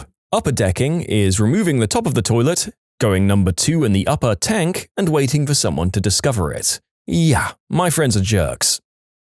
The kids at my school nominated the weird homely girl for prom queen. When I was a freshman, the seniors hung up a blacklist everywhere in the building, which depicted all the people, mostly freshmen, they hated for no specific reason. On their last day, all of them were completely wasted. They started chasing all the people whose names and pics were on the blacklist, tied them up and brought them to the stage, while the rest of the school sat downstairs, being the audience. They embarrassed these people on the stage. They poured water over them and pushed their wet heads into flour and other stuff that got sticky with the water. Some of the victims got over it fast and laughed about it later, while some broke down crying, not ever wanting to go back to school again. Later, we all had to talk to our teachers about this and tell them how we felt about it. I wasn't on that blacklist, but I knew some of the students who were. It didn't seem like it was about fun anymore. By the time I was a senior, we weren't allowed to do anything of the sort anymore, so we just threw some water balloons at the other kids. It was a hot summer's day, so everyone actually liked it. My brother's senior class decided it'd be a fun prank to break into school in the middle of the night. They put dead fish in lockers, shaving cream all down the halls, and broke into the main office and smashed some computers. They then egged the outside for good measure. That hallway smelled like crap for a good month afterwards. None of them faced any legal consequences because one of the kids' dads is a lawyer, but I think they lost their scholarships. Someone took all of the books out of the library and set them outside. The librarians had to spend the next few days trying to reshelve every single book. I don't know what my class did, but the class above me ran down the halls and sprayed either skunk or liquid butt everywhere. The dumb part was, they still had to go to class like the rest of us, so they had to smell that gosh-awful smell the whole day like everyone else. People gagged, some threw up. It was awful. These D-bags wanted to trick a girl who was in the special ed class to go with them to prom only to stand her up. Thankfully, it was stopped before it actually happened, but that still makes me angry to this day. What's the dumbest scam you've ever encountered? Hello, this is John from Windows. Your computer has viruses, I will help you get rid of them. I just got an email entitled Employment Opportunity from someone calling themselves Mr. Manager. Mr. Manager sits at his desk in frustration, unable to find anyone to take his emails seriously. I was once emailed that someone had put a hit out on me, and the only way to get the hit off was to pay the individual double. I responded telling him to bring it on. He emailed me back saying it was a final warning. That was 4 years ago, and I'm still waiting on you, mystery hitman. I just got this in my spam folder. Hi honey, my name is Chelsea. I'm a business lady. Unfortunately, I spend most of my time working and have absolutely no time for my private life. My colleagues at a coffee break gave me the site where I can find a person with whom I can date without any obligations. I found your profile in Facebook and consider you very attractive. I just need a nice guy to spend a few hot weekends with. Any offers are welcomed and money is not an object. The big tell? I don't have Facebook. My mum met a guy on a dating site, and within a couple of days, he started telling her how rich he was, how many luxury cars he had, and how he had a mansion, and that he wanted to take her on a tour of the world and give her everything she ever wanted. And then he told her that his daughter was in a dancing competition in Germany and broke her leg, and because he was in another country on a job, he couldn't wire her the money for her medical bills, and they wouldn't send her home until he did. So all my mum had to do was send a few $1,000s to the address he specified, and then once he was back in the country, he'd pay my mum back 3 times over, and then get married to her, and she'd live happily ever after. My mum believed him. She practically disowned all her family and friends for this obvious scammer. We had to have an intervention with her and explain to her exactly what this guy was doing. Luckily, she couldn't afford to send him $10, much less thousands, so she never fell to the actual scam. Of course, once she told him she couldn't send him the money, his dating site profile was deleted, his email was deleted, his Facebook was deleted, and his phone number was disconnected. Oof. I don't know how long ago this was, but honestly, the narrator was under the impression that nobody had fallen for one of these in the last 10 years. I guess people's hope at finding Mr. or Mrs. Gorgeous Sugar Daddy remains an effective blindfold to this day. That some email pill could make my eggplant up to 4 inches longer. I'm not sure anyone would want a 16-inch eggplant, though. Yeah, well, that's why you don't take 3 pills. I used to get spam emails saying, "Make your eggplant faster." They didn't work too great. Oh, here's one for you. Several years ago, I was desperate to find a job. This resulted in me applying to every listed position on every job search site, for which I was even remotely qualified. The most prompt response I received was from a business that was allegedly in the computer peripherals market. My job, according to the typo-riddled description that arrived in my email, would be to process payments from big-name clients, like some sort of unaccountable accountant. As I read through the rest of the letter, the alarm bells in my head didn't even bother to ring. They just laughed hysterically at the sheer audacity and stupidity of the attempted scammer. Here's why. First of all, I was expected to receive checks from these clients, deposit them to my personal account, and then purchase a money order for 80% of the original account and wire it to somewhere or other. The 20% I deducted was to be my commission for each check I processed. This, for people who aren't familiar with it, is a classic money order or wire con. It's laughably obvious. On its own, this would have been more than enough to highlight the scam. But it didn't stop there. In addition to my commissions, I would supposedly be paid a substantial salary. However, in order to claim it, I'd have to provide all of my personal information, up to and including the PIN for my ATM card. This, according to the given explanation, was to prevent fraud. And it gets better. The last few lines of the job offer included a very specific request, which had apparently been added as an afterthought. I say this because it was in a different font and different format, and was even more rife with grammatical errors than the rest of the letter. It stated that if, and only if, I was a female, one of the requirements for employment was that I send 2 photographs to the hiring manager. One was a full-body shot of myself clothed, and one a full-body shot of myself completely undressed. This would be used to verify my identity, and would not be shared with anyone else in the business world or media. I'm paraphrasing, but that was the general wordage. Anyways, I wish that scammer all the best, and I hope he enjoyed those photos of Rosie O'Donnell with a beard. I keep getting employment emails that begin, "Hello, beloved. Something in me always wants to respond with, "Well, hi there, sugar muffin." An older gentleman I know has been sending money to his wife from Europe that he met online. He's never met her in real life, and he keeps sending her money so she can travel across the sea to see him. Every time she gets close, something happens so that he needs to send her more money. For example, she managed to lose her MacBook Pro and her new iPhone not once, but twice. He wired her the money for new ones. She also booked a flight, but for some odd reason, the airport was on a lockdown and she needed an extra few thousand to get on the plane. Then, before she got onto the flight, she happened to get sick, requiring tens of thousands of dollars in medical bills. And this is all a true story. He's painted a picture of some beautiful young blonde on his bedside. He's a 70-year-old man weighing more than 450 pounds. She calls him on the phone from time to time, and he keeps sending her money. His family has tried to help him, but he's convinced that she exists and wants to come to the States to bang it out and start a life with him. From listening to his conversations, I'd say he's spent upwards of $100K over the past 3 years.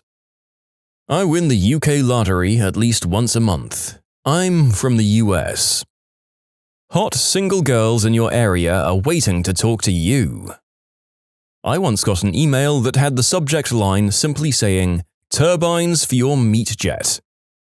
I once got an eggplant enlargement spam email that said it was from Mum. Because yeah, that's exactly whose opinion I'd want on that topic. This is off the top of my head. It's a phone call that I had about 2 months ago. I instantly knew it was a scam, so I played the game with them. They said, "Hello, this is Peter from Microsoft. I'm calling you about the virus you have on your computer." "Oh, really? I didn't know I had a virus." "Yes, you do. Now could you please turn on your computer?" "Okay. Now could you open up your antivirus software and turn it off, as we need to do a clean sweep." "Okay, I did it." "Now open up your internet and go to this website." He proceeded to spell out a website that was just jumbled up letters and numbers. "I'm on it now, okay." "Okay, do you see out the form? Fill out your details such as name, date of birthing, bank account, PIN number, and the security questions." "And after I do that, then what?" "Click the download button and proceed to install our new and improved antiviral program. At this point, I'm supposed to ask if you have any questions." "Ah, yes. If you're from Microsoft, why are you talking to me? I own an Apple Mac computer." He proceeded to give me some bullcrap answer and I just hung up. I sent some information that I got from the phone call to my phone service provider and asked them to forward the information to whatever government group was involved with tracking these scammers down. I got a reply about it, and a month after that, I saw that they'd been caught. In short, helped catch scammers and had fun messing with them, making them think they were about to make money. You're doing the Lord's work there, my friend. Even if you hadn't caught them, it's just so very good to waste their time as much as possible. If everyone did what you do, there'd probably be far fewer people trying to pull this crap. My favorite was when I supposedly won a Sony laptop. They tried to make it look like the email was from a supermarket, but at the end of the statement they put, "Very lucky, winky face." Seemed legit, right? See, I got several along the lines of, "Congratulations, your contest entry has won for this month," followed by a link that's usually a random string of numbers and letters. What is this contest you speak of? And how did I enter it and not remember entering anything? Spooky. I sometimes get an email from the Bank of America saying, "Find out what banks is saying about your credit." Anytime I get a phone call that starts off with, "This is not a marketing call." I got one once from a guy claiming to be a captain and so on from the Marines. The subject heading was, "Help me." Basically, he wanted to wire me a few $1,000,000 to keep safe for him because he was in Iraq. It made absolutely no sense. I got one once from someone claiming to be a rich old lady. She insisted that I could trust her even though hooligans, cads, and ne'er-do-wells sometimes try to steal your personal information over email. The whole thing read like the sender Googled stereotypical things old ladies might say before they wrote it, which they probably did. Also, anytime the sender doesn't capitalize I, even though they apparently are a CEO of the Bank of England, it's a bit of a giveaway. Craigslist in the personal M for W section. My favorite is, "Oh hey, I'm really lonely and need to be effed. We should hang out tonight because my hoo-ha needs a good pounding. By the way, I have a crazy ex and have met some weird creeps on here. So here's a website that'll just give a background check. You only need your credit card to prove it's you, but it's completely free. And then when you do that, you can come and F my brains out. Oh yeah, my username is ILoveSuckingEggplants23. My phone number is on my profile, so just call me when you're done the process. Reply: frick you dirty working girl. Hey, glad you replied. I thought maybe you'd think I'm a whack working girl, so I'm still waiting for you on that site. Just making sure. Can't wait for you to shove your package in me. Uncle Rico bought a time machine on the internet once. It was a piece of crap that didn't work. You can submit your own stories to be featured here on the channel. The story submission link is in the description below. And if you want to listen to some vibey music in the background, check out easymode, also linked below, and subscribe. Hello, my name is Price Untumbu of Nigeria. My father recently died and left me with $400 million. I cannot access this money directly and need a third-party bank account to deposit into. If you let me use yours, you shall be given $40 million. If you agree, please send me your bank details. Sincerely, Prince Untumbu of Nigeria. I've seen some great scammer names while partaking in the wonderful hobby of scam baiting. The focus was also on Nigerian scams. Most of the names were pretty obviously crap and not all that spectacular, though enough to make me chuckle. However, there was one scam bait I remember reading about where the scammer had been the victim of what is referred to as de-education. In other words, a scam baiter had basically convinced this other scammer that certain terminology and language was going to be more effective when put to use in their scam. The product of this particular case of de-education was that the scammer had begun to use the name Shielder Onions and referred to an associate named Mr. F. Baggin. I have some items for sale on Craigslist and the ads state in bold, cash only, no PayPal or Western Union, local pickup only, and every single time I renew them, I'll get at least one, have read the ad to satisfaction and want to buy. Please pull the ad so I ascertained it is mine. Want to purchase immediate but am taking smapples from duck cloacas in mountains. Please go to paypal.com and set up account. My shipper will pick up. God bless. I respond that I'm not sure of the legality of conducting business transactions with the illiterate and I spam block them. A personal favorite was one that claimed to be on a Navy base in my state that had closed back in the early 90s. I asked if they were aware of the laws about trespassing.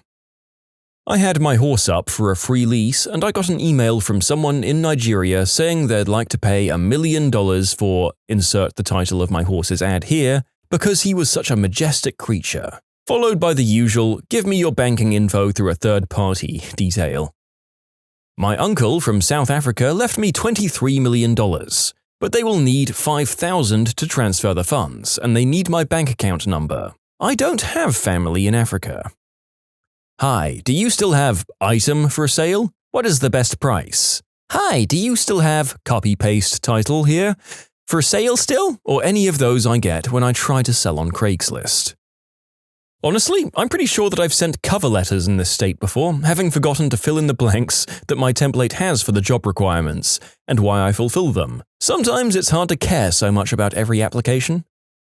So I used to work at Adult Protective Services. We investigate mistreatment, neglect, and exploitation of vulnerable adults. They could be elderly or disabled. We had a case where a woman who had a very low IQ answered an email from an African prince who said he'd marry her and make her his princess if she wired him $1,000 to buy a plane ticket to come to the States. She'd do it, and then she'd go to the airport for him and he never showed up. He said he missed the flight or some other excuse. She really thought this guy was for real and wired thousands to the scammer. She blew her social security checks. The case finally had to be handed over to the Attorney General in our state. The scammers were overseas and she kept willingly sending her money, so I don't think anything got done. It was pretty sad and pathetic. I think she was going to have to get a conservator. Water energizing crystals, just $400. I got regular emails from Lloyds TSB, it's a bank for those not in the UK, asking me to confirm my bank details. I bank with a different bank. So I know you all love to talk about the bad English and grammar in these things, but these scams are actually worded so ridiculously and so ludicrously that, and I use this word loosely, intelligent people such as ourselves immediately disregard this message as it's clearly a scam. If they were to make these messages more coherent and, dare I say, plausible, people such as you or I might question whether or not their situation was real. Fast forward a bit and we've contacted our distant cousin or this mysterious benefactor. They now need to put in time and effort in order to continue to con us. However, as the con goes on, we're more and more likely to realize that this is, in fact, a con. Once this occurs, we cut off communication or begin to troll, thus wasting the con man's time. However, if a person who reads this poorly written message and thinks, "Oh my lord, it's my lucky day. Ma! Come in here and look at what Mr. Manager sent me. I told you I wouldn't always be living in your basement," and then goes on to respond, chances are that they're far more likely to fall victim to the scam, thus allowing the scammer to focus his energies on the more susceptible. Oh, I actually fell for this one. I got an email from Wells Fargo stating that my account was compromised. The email looked so legit with the right colors and links. For a moment, I fell for it. I started filling out my information until I realized that no one should ever ask me for my PIN unless they were scamming me. That's when I realized I'd messed up. I removed my information and closed it. The real Wells Fargo informed me that even though I didn't click submit, that they could still receive what I typed in. Wells Fargo helped me with cancelling my cards, changing my PIN, and changing my online banking info. Normally, I'm really good at spotting scams, but this one was very well done. It played my emotions really well. They said my information may have been compromised, and I swear that their email looked so legit along with the site I was linked to. Once I was linked to that site, I noticed the URL was strange, because it didn't say wellsfargo.com, among other things. So slowly, my brain put everything together and realized that I fell for what I warn a lot of elderly people on the internet about. A red flag for me is anything that uses the word humbly. I once got an email, supposedly from a dying lady with an English-sounding surname. She said that God spoke to her and told her to give some millions of dollars estate to some random that she doesn't know, i.e. me, because her children wanted to steal it all and squander it. She left me her email, which ended with @blahblah.ph, PH is for the Philippines, and the email address of her lawyer, who also had an English-sounding surname, but the address was registered with a site in Istanbul. There was also the time I got offered a job in Nigeria. Seriously, why would anyone in the US go to Nigeria for a random, unsolicited promise of work? When I was about 16, I spent a good amount of time traveling from Delaware to New York, so we were in Manhattan, and I was walking down Canal Street. I see this little shop. The shop window says, "We make ID cards." I wanted an ID that said I was 18 so I could buy my own cigarettes, not even to buy liquor with, just cigarettes. I went in and they showed me this huge cardboard display with all these different ID cards. I ask her how much and she says $60. Takes half an hour. I didn't want to drop the $60 even though it looked awesome. So I left and wound up somewhere in that same area a couple of blocks off Canal Street. A black guy asks for a cigarette. Well, he didn't really ask, he said, "Let me get one of them cigarettes." I gave him one and just straight up asked him if he knew where I could get a fake ID. He says, "Sure, $20, follow me." I'm already lost, I don't even know how to get where we parked our car. So we walk for a couple of minutes and he says, "You got that 20 on you?" I say yes, he says, "Good. Look, I'm gonna need you to get 2 more $20 bills so I can compare them to the first one and make sure they're real." I say, "Yeah, sure bro, let me go hit the ATM." And I was gone. Went back to the Chinese place, paid the 60, was out in under 20 minutes. And then subsequently had that ID taken by the ATF. I had the, "I have chosen your email randomly. I'm an exceptionally wealthy oil tycoon who is dying. I want your bank account details so I can put $1 bazillion into and you will donate to charities, and for your services you can keep $2 million for yourself." I wrote back expressing my concern and empathy that he was dying, and that seeing as he has not so much time on this earth, we wouldn't want to be waiting around for the bank to process $1 bazillion from an overseas bank account, so he could have my PayPal name so he could quickly and effectively transfer money with no risk of rejection or timely error from the bank. I then wished him well and stated I hoped to hear from him soon. He never did reply, so I can only conclude rich oil tycoon fellow died tragically, alas, before his money could be donated to good causes. It changed my entire view on these spam messages when someone pointed out to me that they're transparent on purpose, so that it weeds out the less gullible responders. The more ridiculous the email, the less time wasted on people who'll bail when they get further down the chain. By making them only so really stupid people will respond, guarantees that 100% of the people who respond are stupid and therefore more likely to get scammed. My brother is the HR manager of this company. He got an email saying, "The HR department needs to update your social security information," from HR at his company. His company only has 5 employees, and he is the HR department. Maybe not hilariously transparent, but still a scam. My dad has a little hostel and encounters a lot of spammers. One of their best tricks works with fake religious organizations. They ask for 1 or 2 rooms and just ask about the prices. After agreeing on the price, they directly deposit the money in your bank account. Until this point, everything seems fine. Unfortunately, they accidentally deposited too much money in your account, but that's no problem either. Now, the fishy part happens. They either ask you to use the leftover money to pay someone in cash, like a bus driver, organizer, some important person who's managing their stay, or send it back via Western Union or something. My dad never fell for it, but it was pretty close when it happened the first time.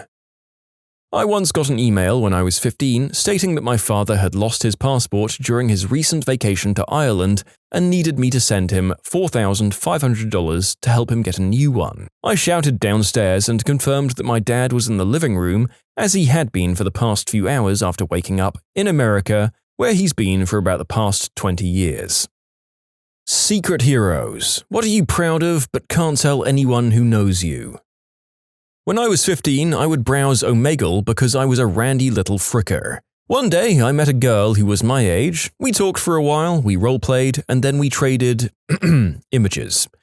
We'd then spent the next few days talking and occasionally doing other stuff together as well. After we'd been talking for 4 months, we thought we loved each other. We always had each other's backs, and we always talked and helped each other. We wanted nothing more than to meet up and all that jazz. Eventually, we cooled off, talking for a bit. Then about 2 months later, she started to tell me about her mental illness. She talked about how she wasn't feeling herself, how she was feeling lost and depressed all the time. Then one day in January of my sophomore year, she texted me during school. It was something along the lines of, "I want you to know that no matter what happens, I love you and I want to thank you for being a big part of my life." I left health class and immediately went to the bathroom and began telling her that she was loved and she couldn't go like this. Thank God for the hours of browsing memes on IMGA at the time, because I remembered they said, "Don't try to help, best thing to do is call a professional." This will only make this longer, but this advice saved her life. My brother had had to do the same thing with a friend he knew in real life, and he said that he was hesitant to call 911 as it felt like he was betraying his friend. His English teacher had told his class that calling 911 will be hard to do, and it'll feel like betrayal, but it has to be done. I remembered my brother telling me that, so I acted. I just called 911 and told them my friend was about to try to self-delete, and told them the town she lived in. They directed me to the police department of where she lived, and I talked to them and told them her name and that she was in high school. I came out of the bathroom and went back to my health class after an hour of calling the police and trying to keep her in contact with me. When I got back, I was directed by my health teacher to the counselor because I was crying. The counselor called her school and told them what was going on and asked to be updated. About a week later, she texted me telling me she was doing okay. They took her to the hospital and gave her medicine and a shrink. She said she was upset with me initially, but ultimately glad, and her parents said they were eternally grateful. A month later, she said she was feeling a lot better. It's now almost 2 years. We don't talk too much, but when we Snapchat, she always tells me she's doing great. She recently posted that she's finally finished her sessions for therapy. That's my story. I'll never tell those I know because I don't want to tell people I used to go on Omegle until 3 a.m. looking for girls. Only me, my counselor, and she know what happened, and truly only the two of us know all the details. I hope this helps someone who finds themselves in this situation. Really sorry for the long story. In short, I saved a girl I knew through Omegle from finishing things by calling 911. If you're ever in that situation, you'll almost certainly worry about calling them because it'll seem like betrayal, or you think you can just talk them down yourself, maybe. Please, call 911. Do it. It works.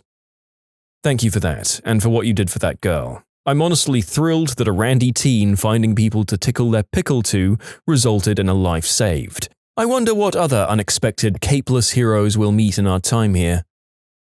I don't tell people I know that I wipe my grandma's butt for her. I take care of her full-time, and I'm really proud of myself for keeping her clean, happy, and as healthy as she can be. Part of that entails showering her and, of course, helping her in the bathroom. It's weird to talk about with friends, since nobody really wants to hear about that, obviously, but I feel proud of myself for helping her in her time of need. It gives me a weird sense of comfort knowing that my grandma doesn't have a dirty butt.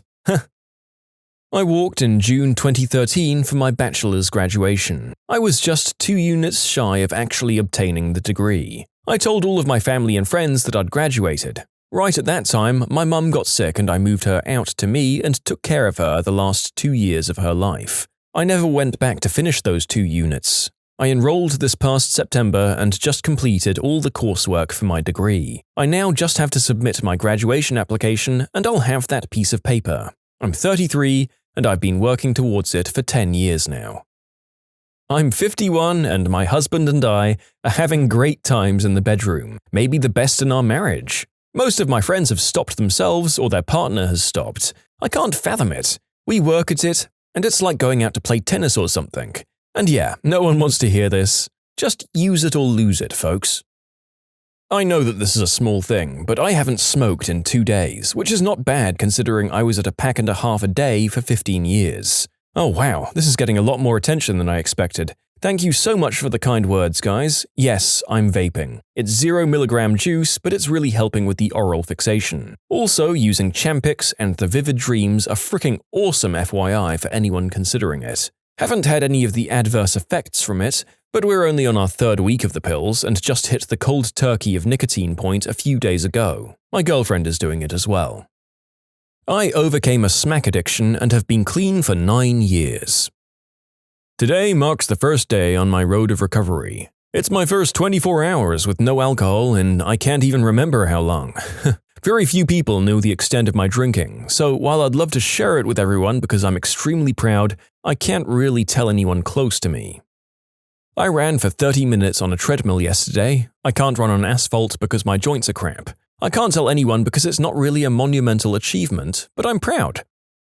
Beating anorexia and gaining weight recently. I'm so proud of myself, but I can't tell others because they didn't know I had anorexia. It was my battle and I won. P.S. Thank you for the support and your kind messages. I have to point out that the reason why others didn't really think I had any food disorder is because 1. I had to travel abroad and met new people while I'm already skinny. I was doing great until about 8 years ago where I got cancer in my chest. The trauma and going through the surgery and all, losing my weight and hair affected my body image deeply. Over the years, people got used to the new, skinny me. I struggled hard, I needed support, but I chose to do this alone because there's a feeling of guilt and shame that goes with it, and I thought it was none of anyone's business. It was personal.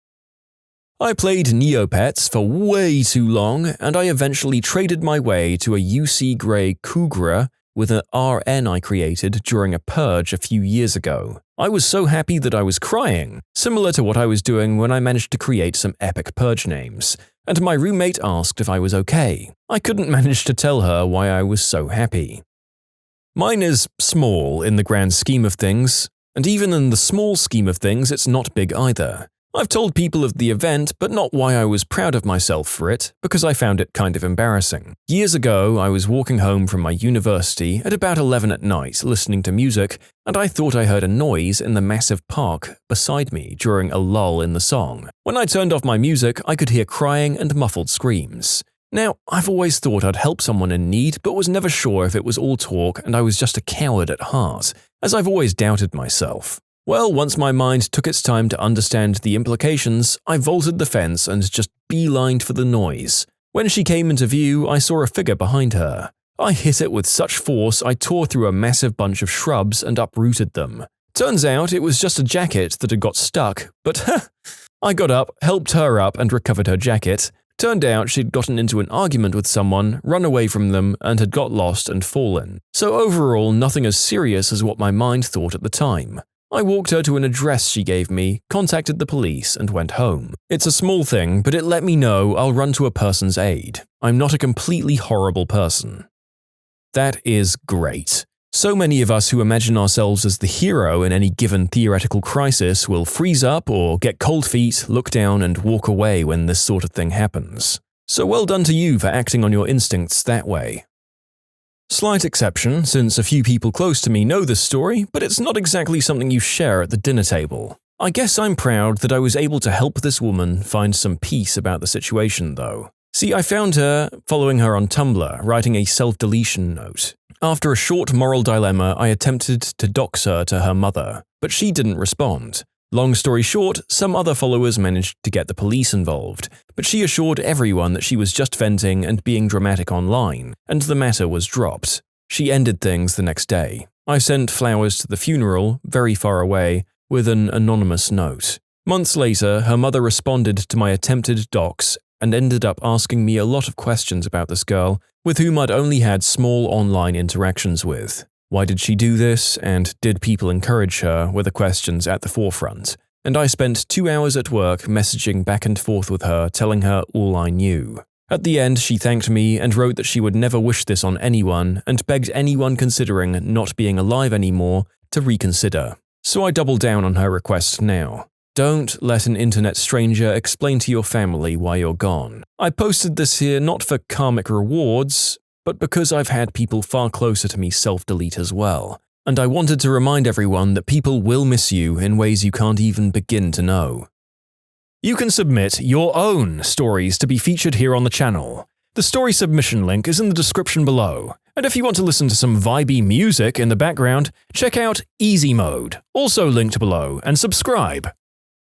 I'm learning to become a great advocate for my kids' medical and educational needs. It seems like it should be easy as a parent sticking up for your kids, but in reality, when someone with authority says, "I know what's best, they're fine," or "they're getting the best we have," it's hard to say, "you're wrong." My daughter suffered with terrible eczema for almost 2 years because her first pediatrician kept telling us it was normal for babies to have it. We were on Medicaid, it was our first kid, and we didn't know how to argue. Turns out she was allergic to a litany of foods. Easy fix once we knew. Now she has behavioral issues in school. If we, but especially myself, hadn't learned to be strong, she never would have gotten the wonderful IEP and specialist team she has now, which has made a world of difference. When my son wasn't talking at 18 months and everyone said, "It's fine, it's normal," I made a fuss, uncomfortable as it was, and it turned out he wasn't hearing squat because he needed tubes. Now he's 2.5 and speaking full sentences daily.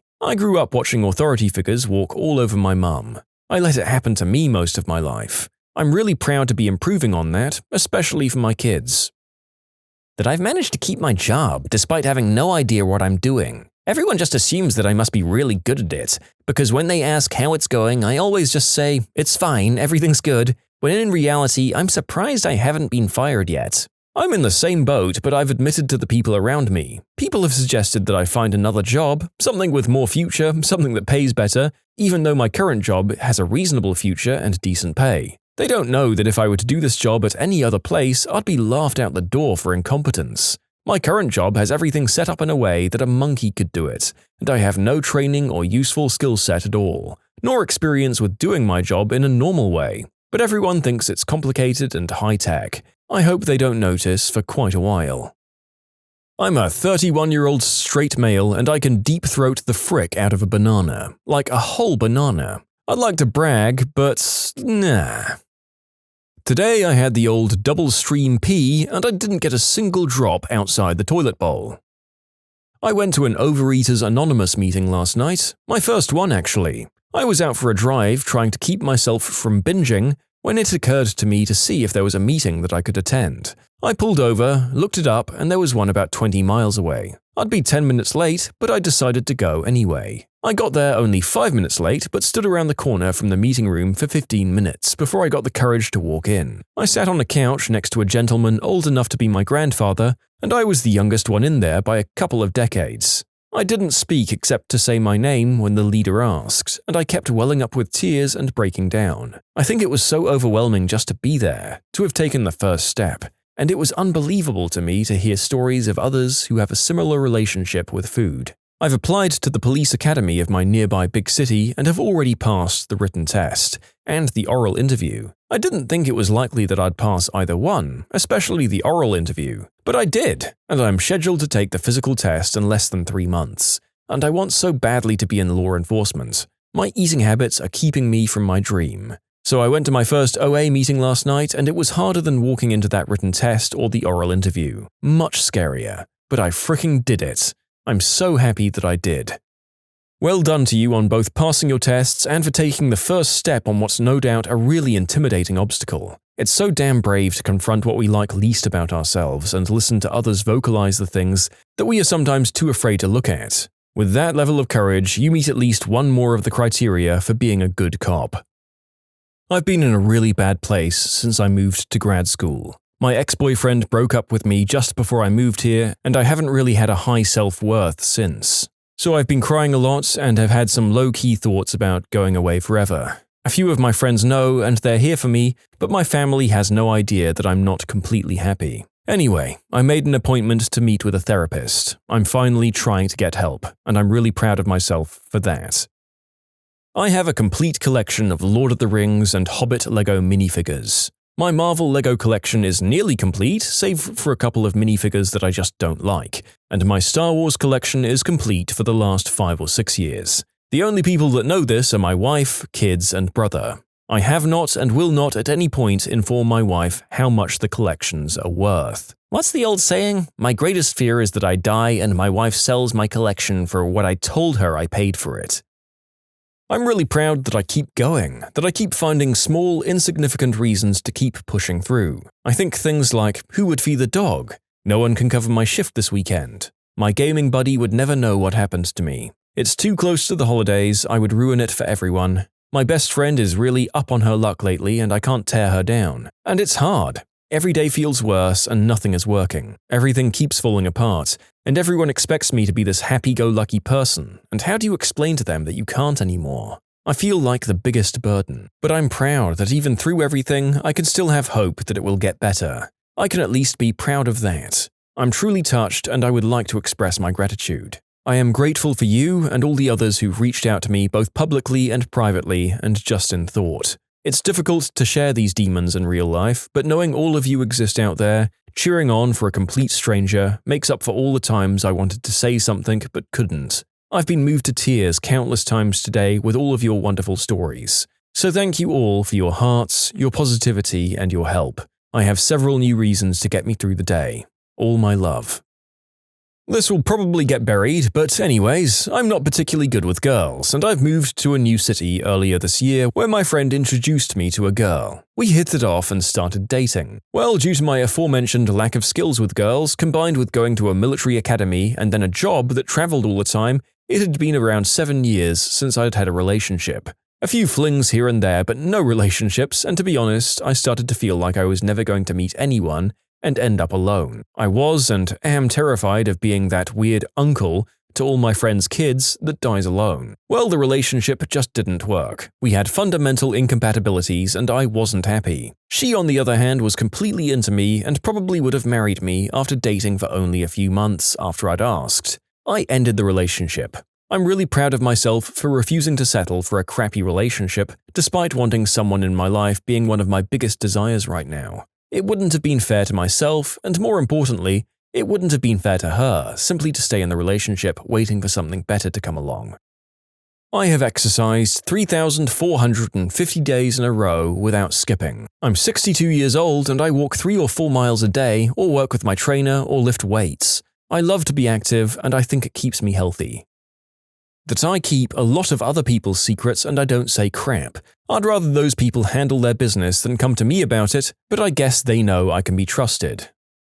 My girlfriend and I finished at the same time the other night. I don't feel like anyone I know is interested, but I'm pretty excited about it. That's amazing. I could never imagine that happening with me and my girlfriend. I eat so much faster than her. By the time I'm finished, she's usually about halfway through her meal. Well, I just spat coffee onto my own lap reading that follow-on comment, so well done to both of you. I reward you your respective invisible capes for bedroom compatibility and contributions to comedy.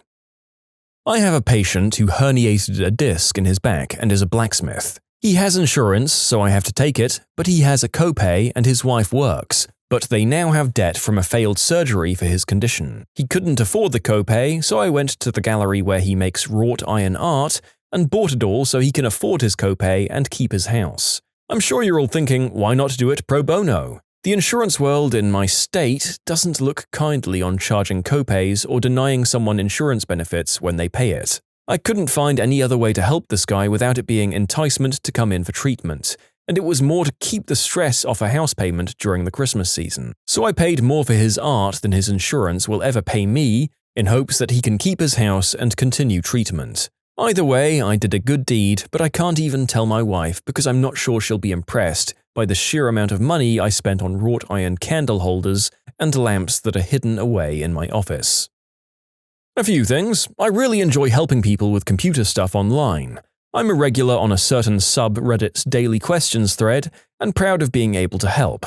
Can't tell anyone in real life because I'd become their go-to tech support, and frankly, they don't treat me as well as the internet strangers that I help. I also started doing video games streaming earlier this year. I only really stream one game per day, anywhere from 20 minutes to an hour, typically. I started a YouTube channel to back up all of my streams, Twitch exports. Yay! And I have next to no followers or subscribers. I forget about followers. I have 4 subs on YouTube, one of which is my brother. So there's no reason to be proud there. The real reason I'm so proud of myself is for sticking to it despite my horrible stage fright. Being in front of that camera every day is terrifying. The possibility that any number of people could see me do something stupid or make a mistake is terrifying, but that's really why I do it. Not just to see if it's fun, like I told everyone. I wanted to force myself to face my fears every day, and I've done it. And I'm still doing it. See you tonight, Twitch. What did you do to push someone over the edge?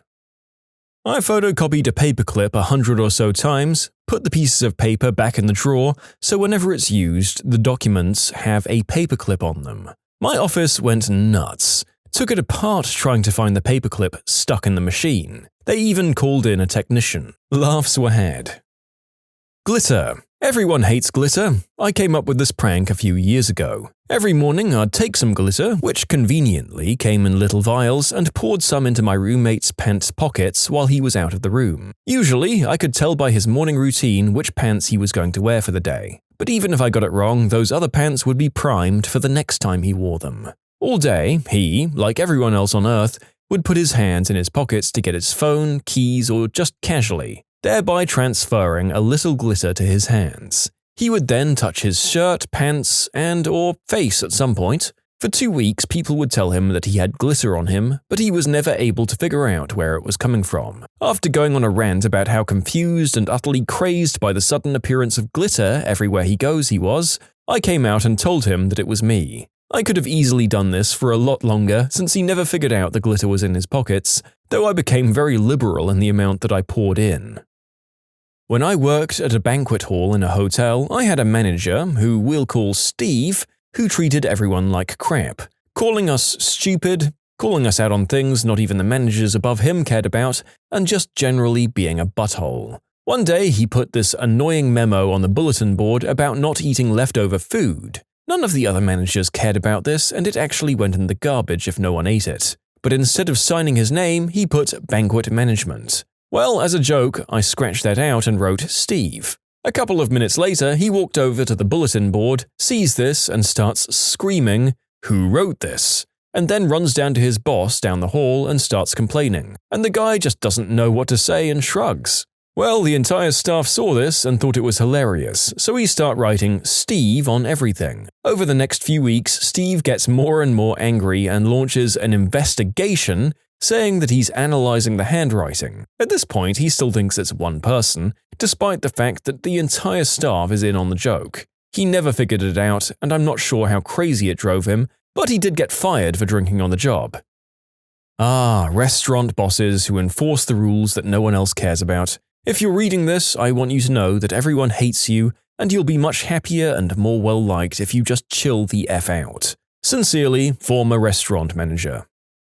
A guy at work was complaining that his spoons were slowly disappearing from the lunchroom. He had brought 6 to work and he was down to 2. Everyone else in his lab hatched this plan. Every time someone sent him an email, at the bottom, in white text, invisible unless highlighted, Everyone would write spoon, spoon, spoon, spoon, spoon, spoon. We all did this for several weeks, as he had a Gmail account, and that's when he started losing his mind.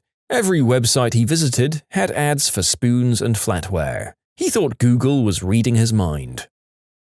Not something that someone did to me on purpose, but one that happened nonetheless. At my old rental I had with my sister, for about a couple of months I kept hearing ringing noises, similar to an old phone ringing, every time I'd walk through the hallway, kitchen, lounge room or dining room, or also when I listened to music on the stereo in the lounge room. For months it drove me crazy. I'd be walking and hear, stop to listen, and lo and behold, nothing. I never caught on to how it stopped every time I looked for it. I thought it was a ghost, humoring myself, or that the neighbor's fricking phone kept ringing. So one day I was looking for something in the kitchen, and I looked on top of the tallest cupboard and found this mother-fricking clock. This piece of crap had one of those old-school bell and ringers on it. Vibrations from walking or stereo made it ring. For fricking months that clock drove me insane. No one believed me about the ringing. Turns out my mother bought my sister the clock and sat it on top of the cupboard, where it got pushed back where you couldn't see it. So yeah, basically, hide an item that will make an annoying noise where you can't find it. My favorite was the person that sewed someone's sleeve button a little closer every week, so the guy felt his arms were swelling. Script an alarm for 13 minutes past the hour that plays the default system error sound with no visual feedback. I would intentionally mispronounce lasagna all the time in front of my brother, pronouncing it lasagne. He'd correct me every time, then eventually gave up. Then one day he says, "You want lasagne for lunch?" To which I reply, "It's pronounced lasagna." I've never seen his eyes twitch so much. A coworker of mine used the Annoyatron on another coworker for weeks. It's a small device, like half the size of a dollar, that makes a quiet, high-pitched beep at random intervals. It has a magnet on it so you can stick it under a chair or hide it in some pretty hard-to-find locations. Sometimes he'd turn it off for a few days or a week, only to turn it back on when the victim had let his guard down. He'd move it all around the office. The guy started getting desperate after a few weeks of this. He had maintenance come in to take the thermostat apart. He looked in the ceiling tiles and air vents. The icing on the cake was when the prankster put the Annoyatron in the poor guy's car. He used to leave it unlocked during the workday. The victim thought the feds were after him. Whilst my friend and coworker took a break one day, I plugged a wireless mouse into the back of his computer. For the past 2 weeks, I occasionally jog the mouse and he's slowly being driven insane by it. I just emptied a small bag of Skittles into my dad's massive bag of M&Ms. Always a good time. One delightful day, a coworker and I switched a fridge door, which was designed with internal handles for just such a decision, from opening on the left to opening on the right. Took about 10 minutes and a Leatherman to do it. The next day, everyone came in, tried to get creamer, and we delighted in our mischief. Everyone handled it with varying degrees of aplomb, shook the fridge a bit, tried a few times, finally noticed the hinges and went to the other side. Shrugs were had and fricks were not given. The boss finally arrives, gets a cup of coffee and goes for the creamer. Grabs the door on the left and pulls. Hard. Coffee everywhere. But this guy, he knows he's right. He's always right. He's the boss. He sets down his mug, swears a little, grabs the handle again, still the left one mind, braces his fricking leg on the counter, and pulls so fricking hard the fridge comes out of the wall about 3 feet. Everything in the fridge completely tossed about, and we, watching, eyes wide in amused horror, desperately choking back our paroxysms of laughter. Then in walks one of the salesmen, blabbing on his Bluetooth, gets coffee, opens the fridge with ease, notices that everything's messed up in the fridge, looks at the boss with a genuinely puzzled look, shrugs, gets his creamer, and wanders off. The boss swore like a sailor, stormed into his office and slammed the door, stewed a bit, and then stormed out of the office. He didn't come back for a week. I'm laughing so hard at the memory of this, it took me half an hour to type it out. Try to open a bag of chips quietly for an hour. I don't know whether the perpetrator of this rustling menace did it intentionally or not, but I can imagine being the victim of it in the workplace or while trying to read or study or something, and I can feel my blood pressure rising. In terms of a low-effort way of making someone absolutely furious, it's pretty good. Something I did to my boss. On top of the refrigerator at work is where we keep things like paper plates, paper towels, and plastic utensils. Every day I'd take one of the plastic utensils and place it in the gap at the top of the fridge that's between the freezer door and the rest of the fridge, so every time he'd opened it, the utensil would fall on the floor. After about a week of doing this, he moved the bag of utensils from the top of the fridge to the cupboard next to it, so I started putting 2 utensils in the gap. He finally got everyone together and asked that we stop putting things on the top of the fridge. So with absolutely nothing on top of the fridge now, I put a whole bunch of utensils in the gap. The next day, my boss opened the freezer and completely lost his mind. The penny trick works great. Start by leaving a penny on your friend's desk, chair, coat pocket, places where you'd expect to find a penny. Leave one a day for a while varying the locations. Then start leaving them in shoes, socks, bed, pillowcase. At first, they'll ignore the penny, but eventually it will bug them. It took my roommate 3 weeks until he stroked out one night after finding a penny embedded in his bar of soap.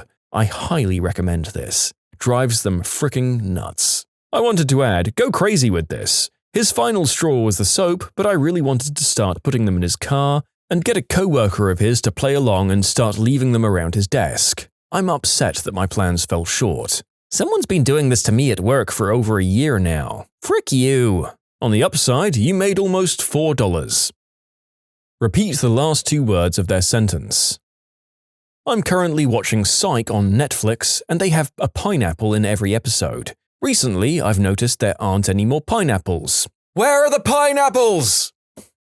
My ex used to do something similar to the penny trick mentioned earlier. He found a student ID of a guy with the last name Hoffer who attended our school, whom I'd never met. Instead of returning it to the guy, he began hiding it in random places for me to find, and each time I discovered it, he'd say, "You got Hoffered." Then he'd take it and hide it someplace else. He hid it in my books, my pillow, under my desk, in my drawers, my clothes. He taped it to the ceiling of my shower once, and even put it in my tampon box. The Hoffering went on for a while, and I began to hate Hoffer. I'd never met him before, but I loathed him for his constant presence in my life. One weekend, my roommates and I threw a large party. Who else but Hoffer made an appearance? I refused to introduce him or even talk to him. I just avoided him the entire night. My ex noticed and whispered to me that awful phrase. After I left school, I forgot about Hoffer. Then yesterday, my ex texted me a link to a page that said Hoffer was going to be a contestant on RuPaul's Drag Race, one of the shows I love, the ultimate Hoffer. You can submit your own stories to be featured here on the channel. The story submission link is in the description below. And if you want to listen to some vibey music in the background, check out easymode, also linked below, and subscribe. Smile all the time. Change the Internet Explorer icon to the Chrome icon. I convinced a friend to send faxes to a hated coworker's phone line. She was the receptionist and had to answer the phone when it rang. It would drive her insane. There was no way to block the calls or *69 the fax machine back. I'd often time it to happen at really inopportune moments of the day. I worked at a hotel years ago and would occasionally have the neighboring hotel send people to our hotel. Disgusting riffraff. They'd tell them that we had an insanely low nightly rate, like $35 when it was closer to $80, so the people would show up and cause a big scene about how expensive we are, then yell at us for a while and try to get me to lower the rate. After the 3rd or 4th time of that happening, we decided to start sending faxes to the phones at the hotel's front desk. Depending on how annoying the people they sent over to us were, would determine how long and how many faxes I sent them. This isn't that creative, but it is fun. When you're talking to someone, keep looking at one specific spot on their face, like the side of their nose or something. Don't stare at it all the time, but just enough. If they ask if there's something on the face, act like you don't know what they're talking about. It doesn't take that long for them to not be able to remember what they were talking about. Mail them 3 pink ping-pong balls every day with no explanation or return address. Do this for years. Then one day send them a single green ping-pong ball and then stop. This one is fricking wild. I love it. They'll wonder what that means for the rest of their life. And they'll have containers full of pink ping-pong balls. I don't so much approve of all the plastic waste, and I imagine the postage would add up since you can't really get them in a regular envelope, but it's still awesome. Another coworker. We rolled down his back window one day during lunch and tossed broken glass on the back seat. The next day he showed up to work with it taped up. The following day after that, he took his car down to the window repair shop where the mechanic rolled the window up in front of him. I downloaded the theme to 28 Weeks Later, the really creepy instrumental tune, put it on repeat and left it in our living room, hidden but at a really low volume. My roommate would study in the room all the time, so when it was quiet you could barely hear it. After a couple of weeks, he says the living room gives him the creeps.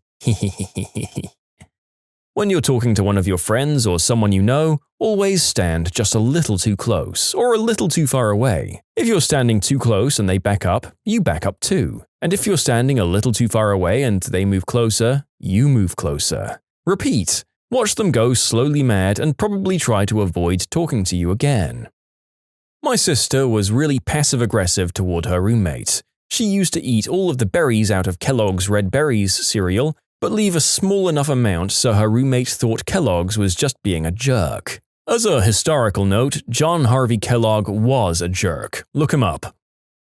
3 years ago, I made my wife a lasagna. Sauce from scratch, homemade spinach pasta, expensive cheese, the works. Hours invested, and the return? You should put more cheese on it like at the macaroni grill. I went out that night and brought 6 interior left-hand doors. All of our interior doors were right-handed. I cut plugs to fill the strike plate and hinge mortises, and every few weeks I change out a door or two, right hands for left, left for right. It only takes about 20 minutes now. Pull the door, plug the mortises, spackle the plug seam, chisel the plug from the opposite side, hang the opposite door and sweep up. I painted the first few times, but it's a white jam and I decided the paint smell was more suspicious than the unpainted spackle. It's a thin seam and my wife wouldn't even know where to look. She's never said anything about it, but I've seen her grasp the air where a doorknob used to be 100 times. Screw the macaroni grill. Sing the Batman theme song, na-na-na-na-na-na-na-na-na, over and over and over, but never say the Batman part. You build everyone up for it, and it's just not there. If the person regularly uses a bike, just put some ball bearings inside the seat tube when they're not looking. The rattling will drive them crazy and they won't be able to work out where it's coming from. Then, a week or so later, remove the ball bearings, double the amount, cover them in grease and put them back in. The person will think the rattling has stopped only to have it slowly return worse than ever before. Repeat as desired. While walking outside in a crowded area, start looking up at the sky, shade with your hand, point upwards, and whisper something to whoever you walk with. Then take note of how many other people will spend time trying to figure out what you just saw in the sky. Buy non-brand products and replace your victim's main brands with them, while keeping them in the same main brand packaging. Everything will seem off a bit, but they'll dismiss it. Conspire with friends to send all instant messages to the target in quotation marks. It drives them crazy trying to fix the error or change a setting that doesn't exist. I used to work at my high school's library for my 7th period. All the computers in the lab had a watchdog app that would allow me to take over a computer if necessary from behind my desk at the counter. I was friends with this kid who was a bit younger and was high pretty much all the time. He walked into the lab with his class and sat down at a computer. I checked the names of all those logged in and found his, then slowly began my infiltration. I'd wait for him to look away from his screen, then write in his Word document, "Hello, Matt," next to whatever he was typing. The first time he turned back to the computer, he nearly jumped back from his seat about 10 feet. He then started asking the people next to him if they typed it, and they'd look at him like he was crazy. Then I started getting really intense. I wrote on the Word document, "Look behind you, Matt," and he quickly jumped out of his seat behind him. He asked me who I was and I said, "Who I am isn't important. It's what you've done that matters." He started legitimately freaking out, asked to go to the bathroom and left. I told him later and he was really annoyed. Every time their sports team loses, tie a red balloon to their car. Over time, the stimulus of the red balloon will become attached to the sadness of their team losing in their psyche. Then simply show them a red balloon to reduce them to tears. Aha, the Pavlovian method. There are many ways to carry this out, and all of them are manipulative and cruel. It is a fascinating thing to behold in action, however. Stealing this from the office. If you know someone that has a house phone and uses it daily, or someone at the office with one, every day get in early, take it apart and add 1 penny. Repeat this for months on end until it's a lot heavier than it used to be. Then one day take out all of the pennies and laugh as they smack themselves in the face with the phone. I once worked in an office where there was a legendary feud between 2 managers, Alex and Bill. Alex was an older guy, he was patronizing, arrogant, and had some kind of tenure. Bill was the guy who had to fix Alex's screw-ups. Here's what Bill did. He got sand from outside and sprinkled just a few grains on Alex's chair mat. This made the chair casters grind a little and his shoes slip, which was irritating. Spray a dab of really cheap and pungent cologne under Alex's desk. Alex hated perfume and would complain about it constantly. Replace the handset cord on his office phone with one that was horrendously tangled and overstretched. Gently unplug the plug to the keyboard or mouse. It looked plugged in, but wasn't. Tech support learned to hate Alex's constant calls. The file cabinets we had used a spring to close them automatically about an inch from closing. Bill broke these springs so the file cabinet would never close properly. Later, he angled the cabinet forward by shimming up the back slightly so the lower drawer would roll open at the slightest vibration, hitting Alex's chair. Putting bitters in Alex's coffee mug. That crap is hard to get the taste out of ceramic, apparently. Took Alex's legal pads and left them in some humid condition long enough to warp the pages. Unlocked the locking mechanism on his office chair back so Alex thought he was falling for a second. Swapped the M and N in Alex's keyboard. Swapped the number pad keys in reverse like a touch-tone phone. Put Vaseline on the tips of the ballpoint pens. Sometimes Bill would just steal stuff out of Alex's desk or swap them with something broken. Alex has a locked office, but Bill had a key to it apparently. Bill was eventually caught and then fired because Alex set up a webcam that snapped pictures and mailed them when it sensed movement. Step 1. Become an excellent pickpocket. Step 2. Specialize in placing things into people's pockets. Step 3. Place things into their pockets while no one is watching. The best things to place are fried eggs, not runny but still a gooey consistency, and a small balloon filled with partially lukewarm water. I call this one the phantom ball bag. My neighbor is a huge freaking jerk. Always being loud, yelling at his wife, the dogs, the kids, among others. Always playing his crappy garage rock, blasting it out of the garage so the whole street can hear. My payback for this is that every night I go over to their front yard and move stuff around. His crappy little garden gnomes, his crappy hose, his crappy lawnmower, and his crappy shovel. Just move all of it around a little bit every single night. Every now and again I hear, "Who keeps moving my fricking shovel around?" Haha, sucker. People with a confirmed low IQ. What's it like to be you? I was born with a severe case of hydrocephalus that no one caught on to until I nearly went full potato at 18, then comatose a few days after when I turned 19. Turns out all the issues that I had with learning things, memory retention, emotional maturity, that was all affected by the water pressure building up on my brain. I wasn't being a lazy slacker kid. I worked my butt off to pass my classes and graduate. I just couldn't process things well, so a lot of it was very difficult for me. In my haze of a memory during the first visit to the neurologist, it was determined that my condition was so severe I shouldn't have progressed past middle school learning, and most, if not all people diagnosed with the level of pressurization and compression of the brain as I was having were in assisted living facilities just surviving as shells. After needing a second surgery a year later, my brain eventually started firing the signals for mental maturity, but the process was still pretty difficult. I had to learn how I learned things best. Things didn't process the same way. I've also adapted to overcompensating to make up for the lack of intelligence. Didn't have the work smarter option most times, so I just worked harder. It's been about 12 years since the last surgery, and I've grown immensely during that time as a person. But the fact that I have to work harder to overcompensate is still a huge issue for me. We still don't know how off I really am because no one caught it early enough, and that's really an isolating feeling. IQ of 87 here. I saw someone else with a 90 IQ whose story was very similar to mine.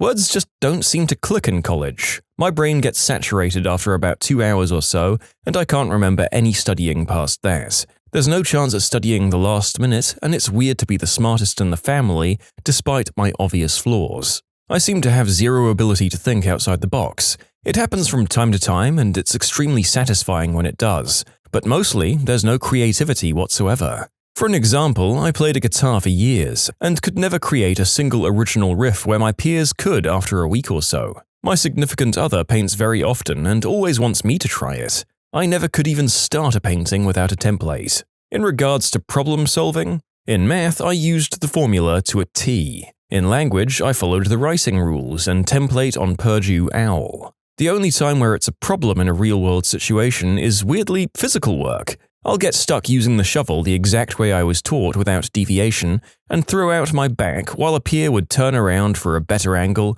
or use their foot to push it farther into the ground. Lastly, my working memory and comprehension is not very good, which is what an IQ test is based on. This means that when I'm literally at work in my retail job, sometimes I completely forget what I was doing or where I put an object a customer was supposed to get. What the narrator will note is that most of the comments he's reading, like the previous one, are quite well written and grammatically correct compared to a lot of what he has to wade through in this job. Just goes to show you that you never know what someone is working with in the old cranium, and that you should probably check your assumptions at the door. I have a global information processing disorder. If our brains were computers running at 60 frames per second, mine runs around 45 on a good day. Not quite enough to really be noticeable as it might be in some people with Down syndrome for the sake of example, but enough to lower my IQ and cause problems in my everyday life. I'm one of the lucky ones. I can function relatively normally, discounting my autism and the occasional epileptic seizure. However, I'm also fully aware of this deficit and how high my IQ could be. Talking slowly or getting annoyed because I've asked you to repeat something, or pushing me out of the way when I don't react fast enough, that's just rubbing it in. I can't change how well I process information. Believe me, I've asked my doctor about it and other people have tried before. I'm stuck where I'm at in this regard, and it's hard to try harder when I'm already running at 110% just to keep up with the rest of the world. I have an IQ of 90, which means below average. I sometimes see that other people can memorize and understand stuff faster than me. My triplet sister was born with a brain bleed and partial damage to her brain. We were all 3 months premature, and it happened to affect her more than me or my brother. She has a lower IQ and was put in the special education classes in 2nd grade. I'd never consider her to be dumb in any way. We have a very close relationship and we communicate very well. She looks completely normal and there's really nothing wrong about her besides her lower IQ. We live in a narcissistic household, and she was obviously dubbed as the black sheep and was bullied throughout school as well. When we were younger, I also ganged up on her with the rest of my family because I thought it was normal at 7 years old. We've definitely gotten closer as we've gotten older, and we kinda stick like glue against the rest of our family. We're both very empathetic and kind, and a lot of my other family members are complete bullies, so we seem a bit out of place. She's doing well now that we've finished high school, and she's gotten a boyfriend recently, who seems very kind. She'll hopefully be getting a job soon and moving out by next year. It'll be funny to see her be the first one to move out because everyone said she'd live with my mother forever. I'm proud of her, and I love her. I was given an intelligence test in the 6th or 7th grade. A group of us were given it for some study. The person entering the data into the scoring matrix misplaced a decimal point on mine. They told my mother I had the IQ of a 5-year-old. It took a week for them to figure out the mistake. For a week straight, everyone treated me as different. I was the one who answered the phone when they called with the correction. My family still brings it up 20 years later. I don't know if I'm actually below average, but I have a learning disability. I'm ADHD and I always struggled really hard in school. I'd stay up all night studying my butt off only to make either a D or an F, sometimes a C if I was lucky. I mean, I really studied. I felt like as an adult it's been a bit easier to learn some things now that I don't have the pressure of tons of schoolwork and teachers assuming I'm lazy and telling me to try harder. I've taught myself how to keep a budget really well. I've taught myself how to start a reselling business and even track my expenses. I feel like I function all right, but I'm very intimidated by a lot of things that I'm supposed to do as an adult. Anything to do with taxes really scares me because I'm terrified I'll mess them up somehow. I'm really shy in conversations because I have trouble pulling the words out of my brain to explain how I feel about a subject. If I'm writing out what I want to say, I can do it pretty well. But speaking is very intimidating. I have a lot of opinions on things and I love to learn different viewpoints on things, but I'm terrified of someone trying to debate me or have a conversation with me about any of those things, because I don't really know how to repeat anything I've learned. I just have it stored in my brain and can't put it into words easily. Basically, it's contributed to a lot of my social anxiety, and I have a major inferiority complex. I'm 30 years old and I feel like such a late bloomer in every possible way. My mum at my age was already married with 2 children and fully established in her life. I'm nowhere near that point. I'm just now learning the basics of being an adult. I feel like all of my 20s was an extension of my teenage years. I feel embarrassed of myself, honestly. I wasn't qualified for the normal school, but they let me go anyway to, quote, try it out. I remember the admission IQ test. I knew it was a test and thought there must be some kind of secret bonus answers, like the cube might fit in the triangle somehow, since the sides of the cube are smaller than the long side of the triangle. I'm not smart. There's quite a few times I miss what might seem like obvious details. Overall, I've done okay, though a lot of things have been more stressful than they should have been because I'm constantly second-guessing myself.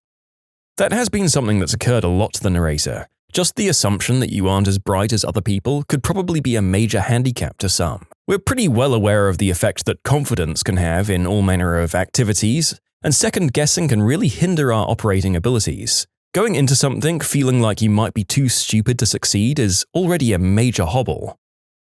One of my brothers has always had a slight mental disability, maybe you could say below average intelligence. But the things he takes interest in, he often thrives with. However, he can struggle to understand things that others would consider almost common sense. He was never diagnosed with anything, or there was never a clear label. I think the worst thing my siblings and I were ever told was that he had some sort of mental disability. Because growing up, we were only 2 years apart. For a long time, we were best friends. Essentially, we were Irish twins. Suddenly, he had something wrong with him.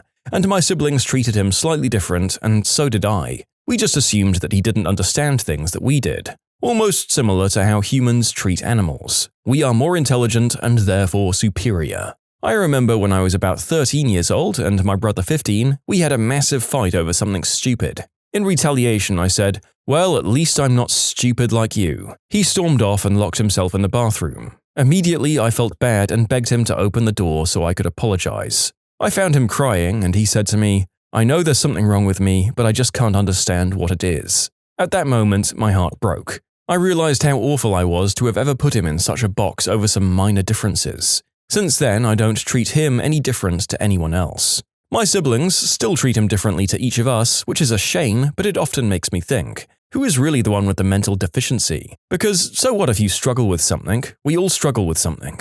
At the end of it, he's still my best friend and we have each other's backs through everything, and I don't trust anyone quite the same way that I trust him. We, as humans, put so much weight on intelligence. Although I think it's important to understand everyone's struggle, sometimes the worst thing we can do is attach a label or description which can completely diminish their intrinsic value as a person. So I'm writing this for him, to just say treat everyone with respect and consideration, and suddenly things like low IQ or mental disability become obsolete.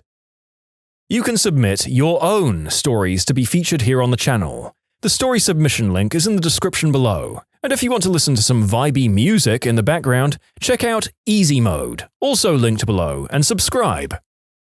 I have a low IQ, but I was never tested for anything else. My parents are actual geniuses, both have poor backgrounds but managed to succeed, and all of my siblings are smart as well. I had trouble following teachers and other kids in classes. It took way more time and more examples to figure something out for me. I never had the time to do anything else than study. I don't think I've had friends since kindergarten. I can't talk to people, I have trouble understanding most jokes in reasonable amounts of time. I never understood deeper any meaning in movies, songs, or books, even when someone explained them to me. The thing that really screwed me up most is the "you can do anything you want if you work hard enough" thing that we say to kids. Because it worked for my parents, and they thought it will work for me. And not just them, all motivational speakers, all teachers. I worked 10 times more, literally, than other kids, so I was actually pretty good in high school. I thought that uni was going to be the same. Just by going there and working hard, I'd get my degree. What happened was that I couldn't follow courses after the introductory stuff.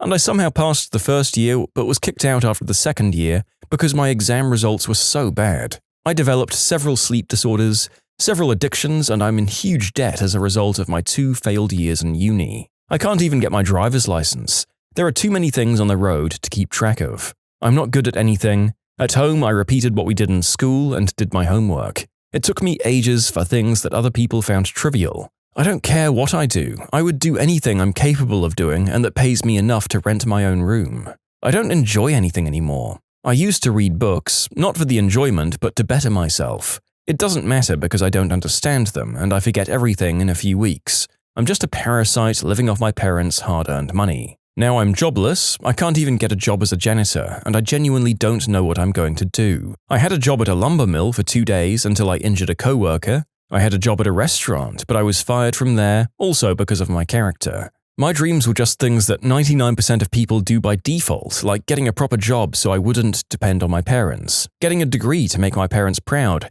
and to prove to people that IQ is meaningless, learning how to drive, getting married, and getting kids. Now all of those things are impossible, and I have 50 long years of my miserable life to live. I have Asperger's. Please don't be rude when you have to repeat yourself. Do not expect me to get a hint. If I don't get it, break it to me gently. No car radio and talking at the same time. It's too much stimulus. I might appear to be angry in loud restaurants. Too much stimulus again. Am I doing something socially weird? Talk to me about it nicely in private. I probably didn't realize it was weird and I can stop. Please don't ditch me as a friend when and not if I screw up. At least try to talk it out. I was born with fetal alcohol syndrome disorder, have borderline personality disorder, and depression and anxiety. I'm a mess some days, but because I'm high-functioning, I have good days too. Sometimes it'll be a good day in the morning and a bad day in the afternoon, and vice versa. I need things explained to me thoroughly, and slowly sometimes or from a different approach. I've learned over the many, 28 years to be exact, to voice that I need help or I'm having trouble understanding. A lot of people say to me, "You don't seem like you have a disorder, you look normal." That's only because I've been raised to know of my disorders and to ask for help when needed. I learned to read novels before I started school at 4. I just got things and excelled to the point that I was bored. Then I was punched in the head. In my 30s now, I'm still trying desperately to get into university but getting knocked back constantly. I can't retain information I hear and I'm slow to process it sometimes. I'm talking days. I'm really a visual-only learner. I'm poor, will never own my own house because I can't get a job that pays well enough to save, I have no friends and no connections. I can't help my kids with their math homework at all, so I feel like a failure. As a functioning adult, it's difficult because people expect so much more from us than we're able to do or give, which makes us hate ourselves even more. I'm very autistic and have ADHD and an IQ in the 70s, so it's kind of a mixed bag. I have a great memory for facts, so I did do well in grade school. I even got into advanced classes. But as an adult, I'm really struggling. I don't learn very easily and I don't take instructions well. I can get lost in familiar places. I can't play complex games and I get really confused by a lot of things, even normal things, like folding towels. I come across like an airhead and I can be explained to in children's terms how to do something, and it takes me at least 3 times every single time. And this isn't just every time I do something new, I mean literally every time I do it. It's very frustrating, because I'll say I'm not smart and people will be like, "No, don't say that, you're smart." But the thing is, I'm not even sad about being dumb. I have other good qualities. I'm funny, I'm pretty, I'm kind. I'm so sick of people acting like intelligence equals worth when that's not at all the case. I'm okay with being slow. Don't pretend I'm not just to make me feel better. Because what's going to happen is you're going to expect me to be able to do things as if I'm smarter than I am, and then you'll be frustrated when I don't. Pretty much the hardest part is when people, especially on Reddit, pretend intelligence is the only thing that matters when, in my opinion, it's maybe among the last things that matter to me personally in a friendship. And also, it's frustrating, because if you're a kind person who doesn't fit their drooling idiot image, people write it off as low self-esteem, and then whenever you act dumb, they think you're doing it on purpose to prove a point. Learning disability doesn't equal less intelligence. My brother scored a pretty high IQ, but has been diagnosed with a learning disability. I mean, a person can be great at school because they were great at memorizing and taking tests. That doesn't equal a high intelligence either. Learning disability might mean you need more help with certain aspects of learning because your brain processes information differently than an average person and not low IQ. It's occurred to me how many people of high achievement don't do well in the schooling environment. On the other side of the coin, I do wonder how many people have difficulties that don't necessarily affect their ability to test well growing up, but that really wreck things for them once they move on to life after school. And all of this without a diagnosis. I have dyslexia, dyscalculia, and ADHD, but an IQ of 120. It's known as the family curse. Above average IQs but lots of learning disabilities that make it hard to show. Everyone in my family was bullied growing up for being stupid, including me. It was hard for me to find friends because of it. My brother was beaten up regularly for it. I couldn't read until 4th grade, then I had a teacher tell me I'd never do anything with my life. That day I started spending all of my free time learning how to read just to give her and the world the middle finger and prove that I could do something with my life.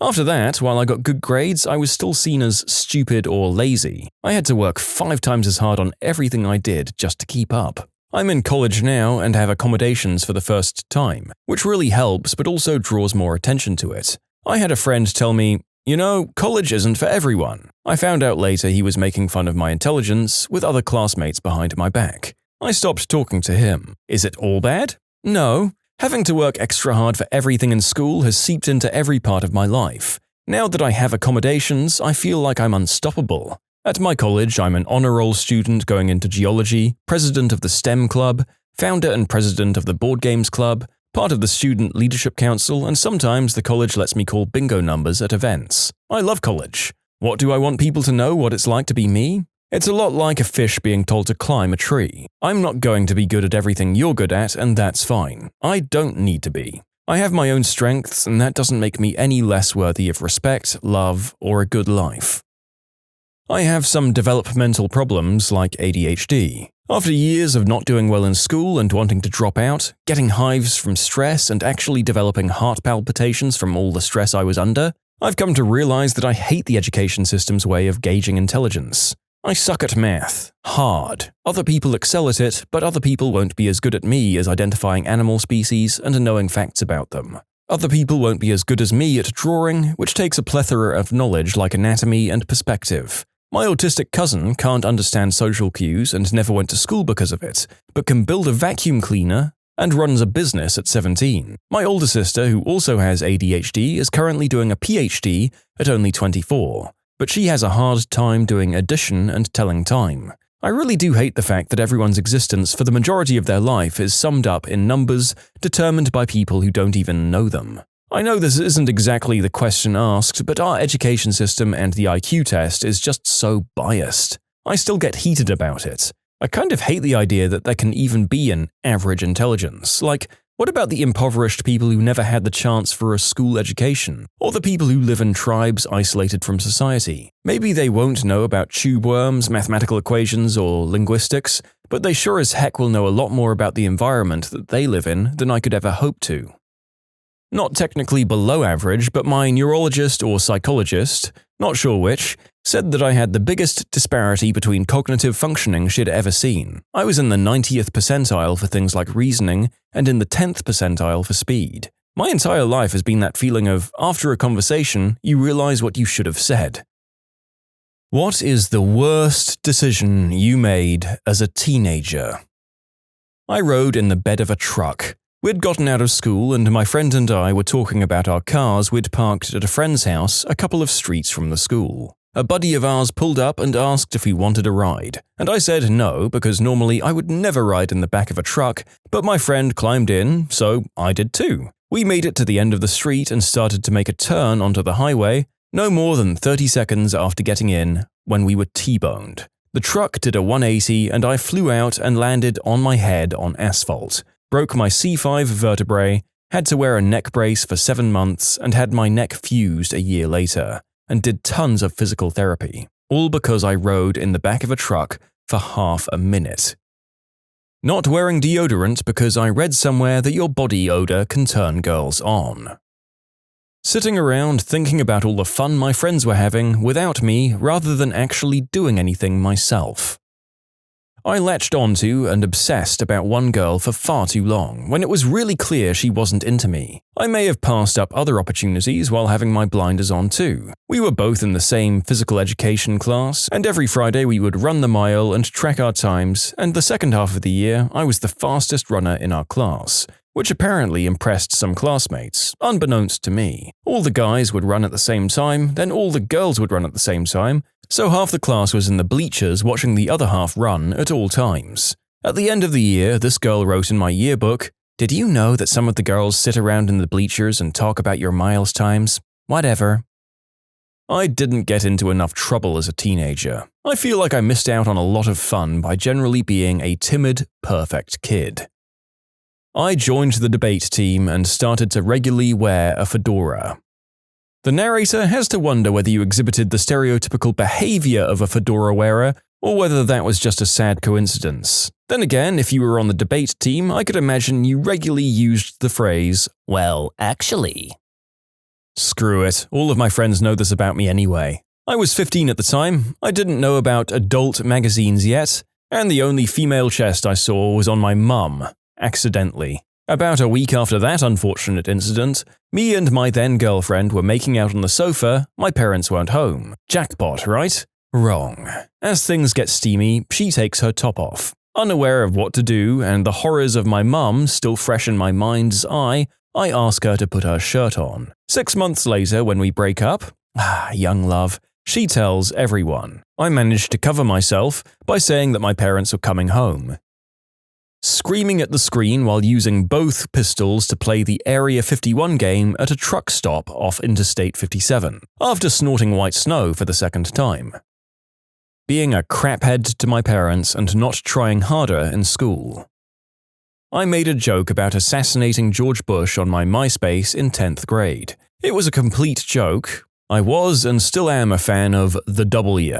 Nevertheless, my father got a call from the FBI and I had to come in and talk to some people about what I put on the internet. It was terrifying, mostly because I was scared they were going to tell my dad about all of the gay adult material I visited on his computer. But looking back, that probably wasn't on their agenda. A fan of George Bush and gay adult material? That seems a little counterintuitive. Mine is simple, I just decided not to use protection. Being lame. I didn't really start to be social and enjoy life until my senior year in high school. From ages 13 to 17, I was just a boring guy who sat inside and played his MMO all day long. No girlfriends, no friends, no going out, no exercise, nothing. I don't know how I didn't do anything about it sooner. Dude, I did the same thing in high school. No parties, I just hung out with good friends, played a crap ton of video games and basketball.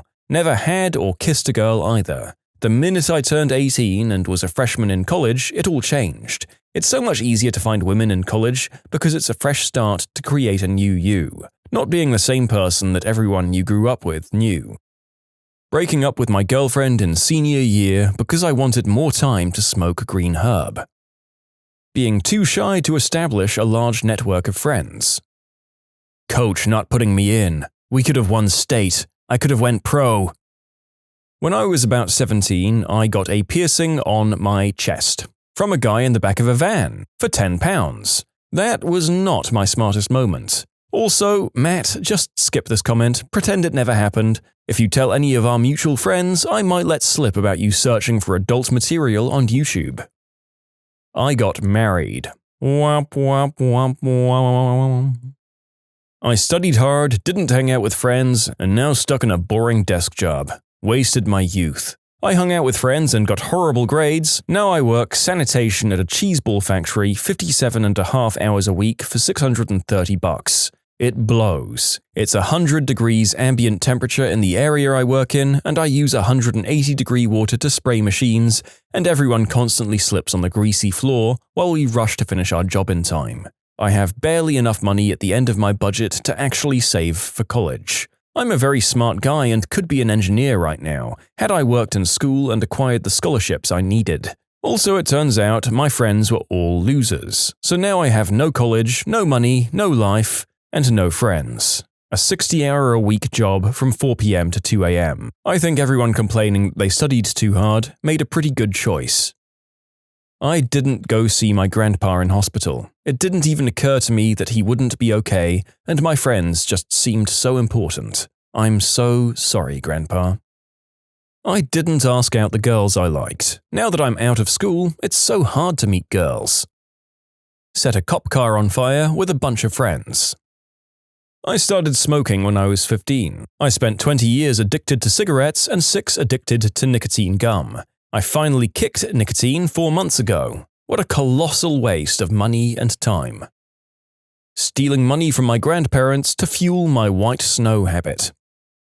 I've learned to handle my problems through therapy and medication, but now, more than 10 years later after I stopped, I still have disgusting large scars from my wrists to my elbows that people also find equally disgusting. I can't date anyone because the scars scare them off. Often, strangers point them out, rudely. Yes, it's my fault, and I wish to God I could afford surgery to fade the scars so people could see me as normal. What I did to myself is so freaking lame, especially when you're a real adult. Please don't do it.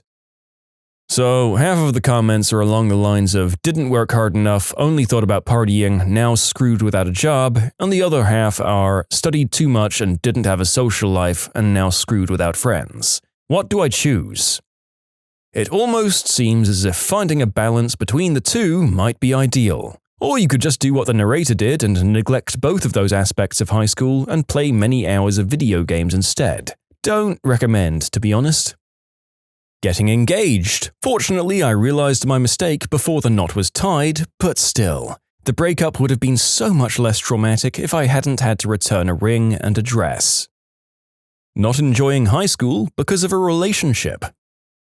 Being too self-conscious to go out and have fun, dating the same guy all throughout high school instead of trying new things, procrastinating so much that I got really average grades, and not getting a job so that I could buy a car. Also, not learning to drive. Mine was telling Reddit that I was a teenager. Not giving a crap about my grades. I mean, I knew the material, I knew how to do it, I just didn't do it. Got caught drinking at a company Christmas party when I was 18. I was a server at Outback, making roughly $700 a week while going to school. Got fired, didn't know what to do, so I joined the military. Now I'm back in Afghanistan again. I'm still a teenager and I'm checking these stories from others to help give me advice for my future. Though to contribute, I haven't done much yet. The worst thing I did was cramming. I got so used to it that until now, I let my homework pile up, and when the deadline was coming, I actually waited for the latest possible time to do the homework and end up sleeping very late. Yep, every time. While I was in high school, I used to smoke the wacky tobacco frequently. Skip ahead a couple of years, I moved in with my dad, who I'd just met months prior, and I'm going to a new school. I decided to buy some green herb and smoke that to relieve some of the stress I was having. It had a very negative effect on me, and I experienced some kind of blackout and panic attack. I woke up in the nurse's office with no clue how I got there and paramedics all around me. Skip ahead to later, I ended up dropping out of school because of the panic disorder I developed. Now I can't go around any kind of smoke. It triggers the blackouts. I frequently have miniature attacks. I convinced myself the Mary J was laced with something, so a few years later I decided to try it again. I was quite wrong. I have a reaction to it, and a bad one. I woke up in the hospital for a second time. I regret that I didn't take a gap year before starting college. Not taking advantage of it.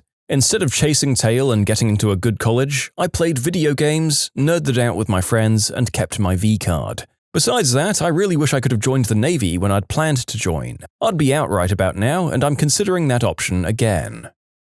You can submit your own stories to be featured here on the channel. The story submission link is in the description below. And if you want to listen to some vibey music in the background, check out easymode, also linked below, and subscribe. Believing that no one would like me anyway. Staying inside the whole day. The day I graduated, that one girl came up to me with teary eyes and cried onto my chest while hugging me. I didn't get it. I was cold and turned her down with some words I can't remember. I never met her again. I don't even know her name. I was out celebrating my 18th birthday a couple of years ago. An unmarked narc car pulls up as I was walking home with my significant other. They were being jerks and ended up taking me to the station. The whole time they were telling me how they also locked up my friend and were going to have their way with her when they finished with me. I then told them to let me use the bathroom, but they didn't allow it. So I stood up, still cuffed to the bench, and posed as if I'm going to go on the floor. The cops jumped up and escorted me to the bathroom. Once we got in, they surrounded me and one of them punched me. Fighting ensues, I break someone's kneecap, got taken down by 5 cops, and got tased. Fun night. In short, breaking a cop's kneecap. Got a year of probation. Smoking Mary J that led to me being expelled my freshman year from my private high school. Really screwed stuff up. I screwed up as well. Got expelled 3 months before I graduated. Obviously, I did something wrong, but doing that in a small town where ironically almost everyone smokes green herb is a big deal apparently. And 2 weeks later, some wrestling kids got caught with worse than what I did and only got 2 weeks suspension. I'd never been in trouble until then, but stats and money looked better for them. It ended up putting a strain on my 4-year, sometimes long-distance relationship, and 2 months ago she left me 2 months before I was supposed to move in with her. I freaking love that girl so much and I'd do anything for her, but I simply can't. It kills me every day. Dating one of my best friends. It ended terribly, lost someone who was a good friend at one point, put up with hell for longer than I wanted to. On the bright side, I learned more about myself and won't make that mistake again. The narrator would like to say that dating one's best friends can be a good decision. It's just a high-stakes one for most people. But then again, some of us are capable of sleeping with our friends and, if anything, being better friends after it ends. So take this author's lesson with a grain of salt. Attempted for a short moment to act like an emo, then stopped and moved on with my life. That was a better idea. Ah, emo kids, that takes me back. I used to be a security guard at a somewhat fancy mall in an upscale part of town. We had a problem with the teen population congregating there. Mostly it was emo kids. Up and down the mall, they'd be everywhere, stalking around and trying to look depressed. It's not like they were threatening in any way. Many of the store managers blamed them for hurting business though. Many of the older shoppers, the ones that actually spent money, started migrating to a different mall across town. So the mall I worked for instituted a new policy. No teens could be at the mall, except for the movie theater and nearby food court, unless they had an adult with them. The first few weeks of this policy, I spent most of my time finding emo kids and kicking them out. Within a few months, most of the older shoppers returned. Still, it was one of the lamest jobs I've ever had. Not trying out for the football team. Seems like a brotherhood, and I bet I would have released a lot of teenage angst either knocking people down or getting some brain damage. I did this going into my freshman year of high school. I was a doughy, uncoordinated, dorky kid, but I wanted to reinvent myself as a jock going into high school. It kinda worked, but the jocks never accepted me even though I'd gotten lean and into shape. I was never any good at football, so the coaches rarely put me in games. So all it ever was a very involved workout program for me. It did make a man out of me in that I learned how to take physical punishment and keep on toiling despite discomfort. In the end, I stuck with it until my junior year when I said screw it and switched to cross-country. That made me way happier. I let my depression get in the way of my education. I never told my parents. I'm sure they would have helped me, which in turn could have helped my grades. Oh well, C's get degrees. Doing substances in high school would have been fun as crap. I was sober for over 18 years. Worst decision I made as a teenager was to start smoking cigarettes. I started the summer between my 8th grade and freshman year when I was 13 years old, and quit when I was 30, kinda. Being obsessed with finding the one in my teenage years. Should have had more fun in those relationships instead of obsessing about settling down. Not wearing a Jimmy. I got lucky, no kids, no diseases, but I still wonder if I might have a kid that I don't know about, and if I don't, it was just because of dumb luck. I did nothing to protect myself from transmitted diseases or knocking someone up, and I would screw anyone who'd hold still. Stupid, stupid, stupid. Kinda seems like you're humble bragging about having a whole bunch of unprotected fun with loads of women. Can I just say as a teenager, this thread is really useful. 50% of you say, screw it, I worked too hard. 50% of you say, screw it, I didn't work hard enough. It really clears everything right up. Thanks. Dropping out of high school. 8 years later, still confined to dead-end jobs. Only just starting to scrape my way out of poverty. I eat at least once a day now. That's nice. I was a straight-A student. I could have been anything I wanted had I set my mind to it. I have no words to express the regret. Drinking. I honestly think it's heavily influenced my long-term memory as an adult. Decided that tickling my pickle underneath a desk in the library was a good idea. It turns out it wasn't. Not doing the deed a whole lot more with other randy teens. It's more about what I didn't do. I didn't make an effort to have friends, lose weight, or date. I just assumed it would all come to me and just happen, but nothing did. I'm very pleased with all the traveling I did though, road trips and stuff. Playing too many video games and not doing well in school. I successfully had no social life and no job opportunities once I left. I should have really listened to my parents. But hey, what the hell would they know, right? I was a teenager. I knew everything. Ignoring the advice and help offered by my mum in regards to eating healthy and exercising. Years of bad posture, zero fitness, and horrible diet takes a long time to correct. Well, I can't in all honesty put that missed opportunity just down to being a teenager. I know many people who live into their 50s without ever doing those things. Granted, they tend not to live much longer after that, but maybe that's to be expected. I put my eggplant in crazy. No teenage regrets, nothing but regrets from 18 through 28 though. Stealing my grandfather's codeine while he lay dying in the hospital because I was an addict. Sorry, Papa. Missing the housing deadline for freshman year.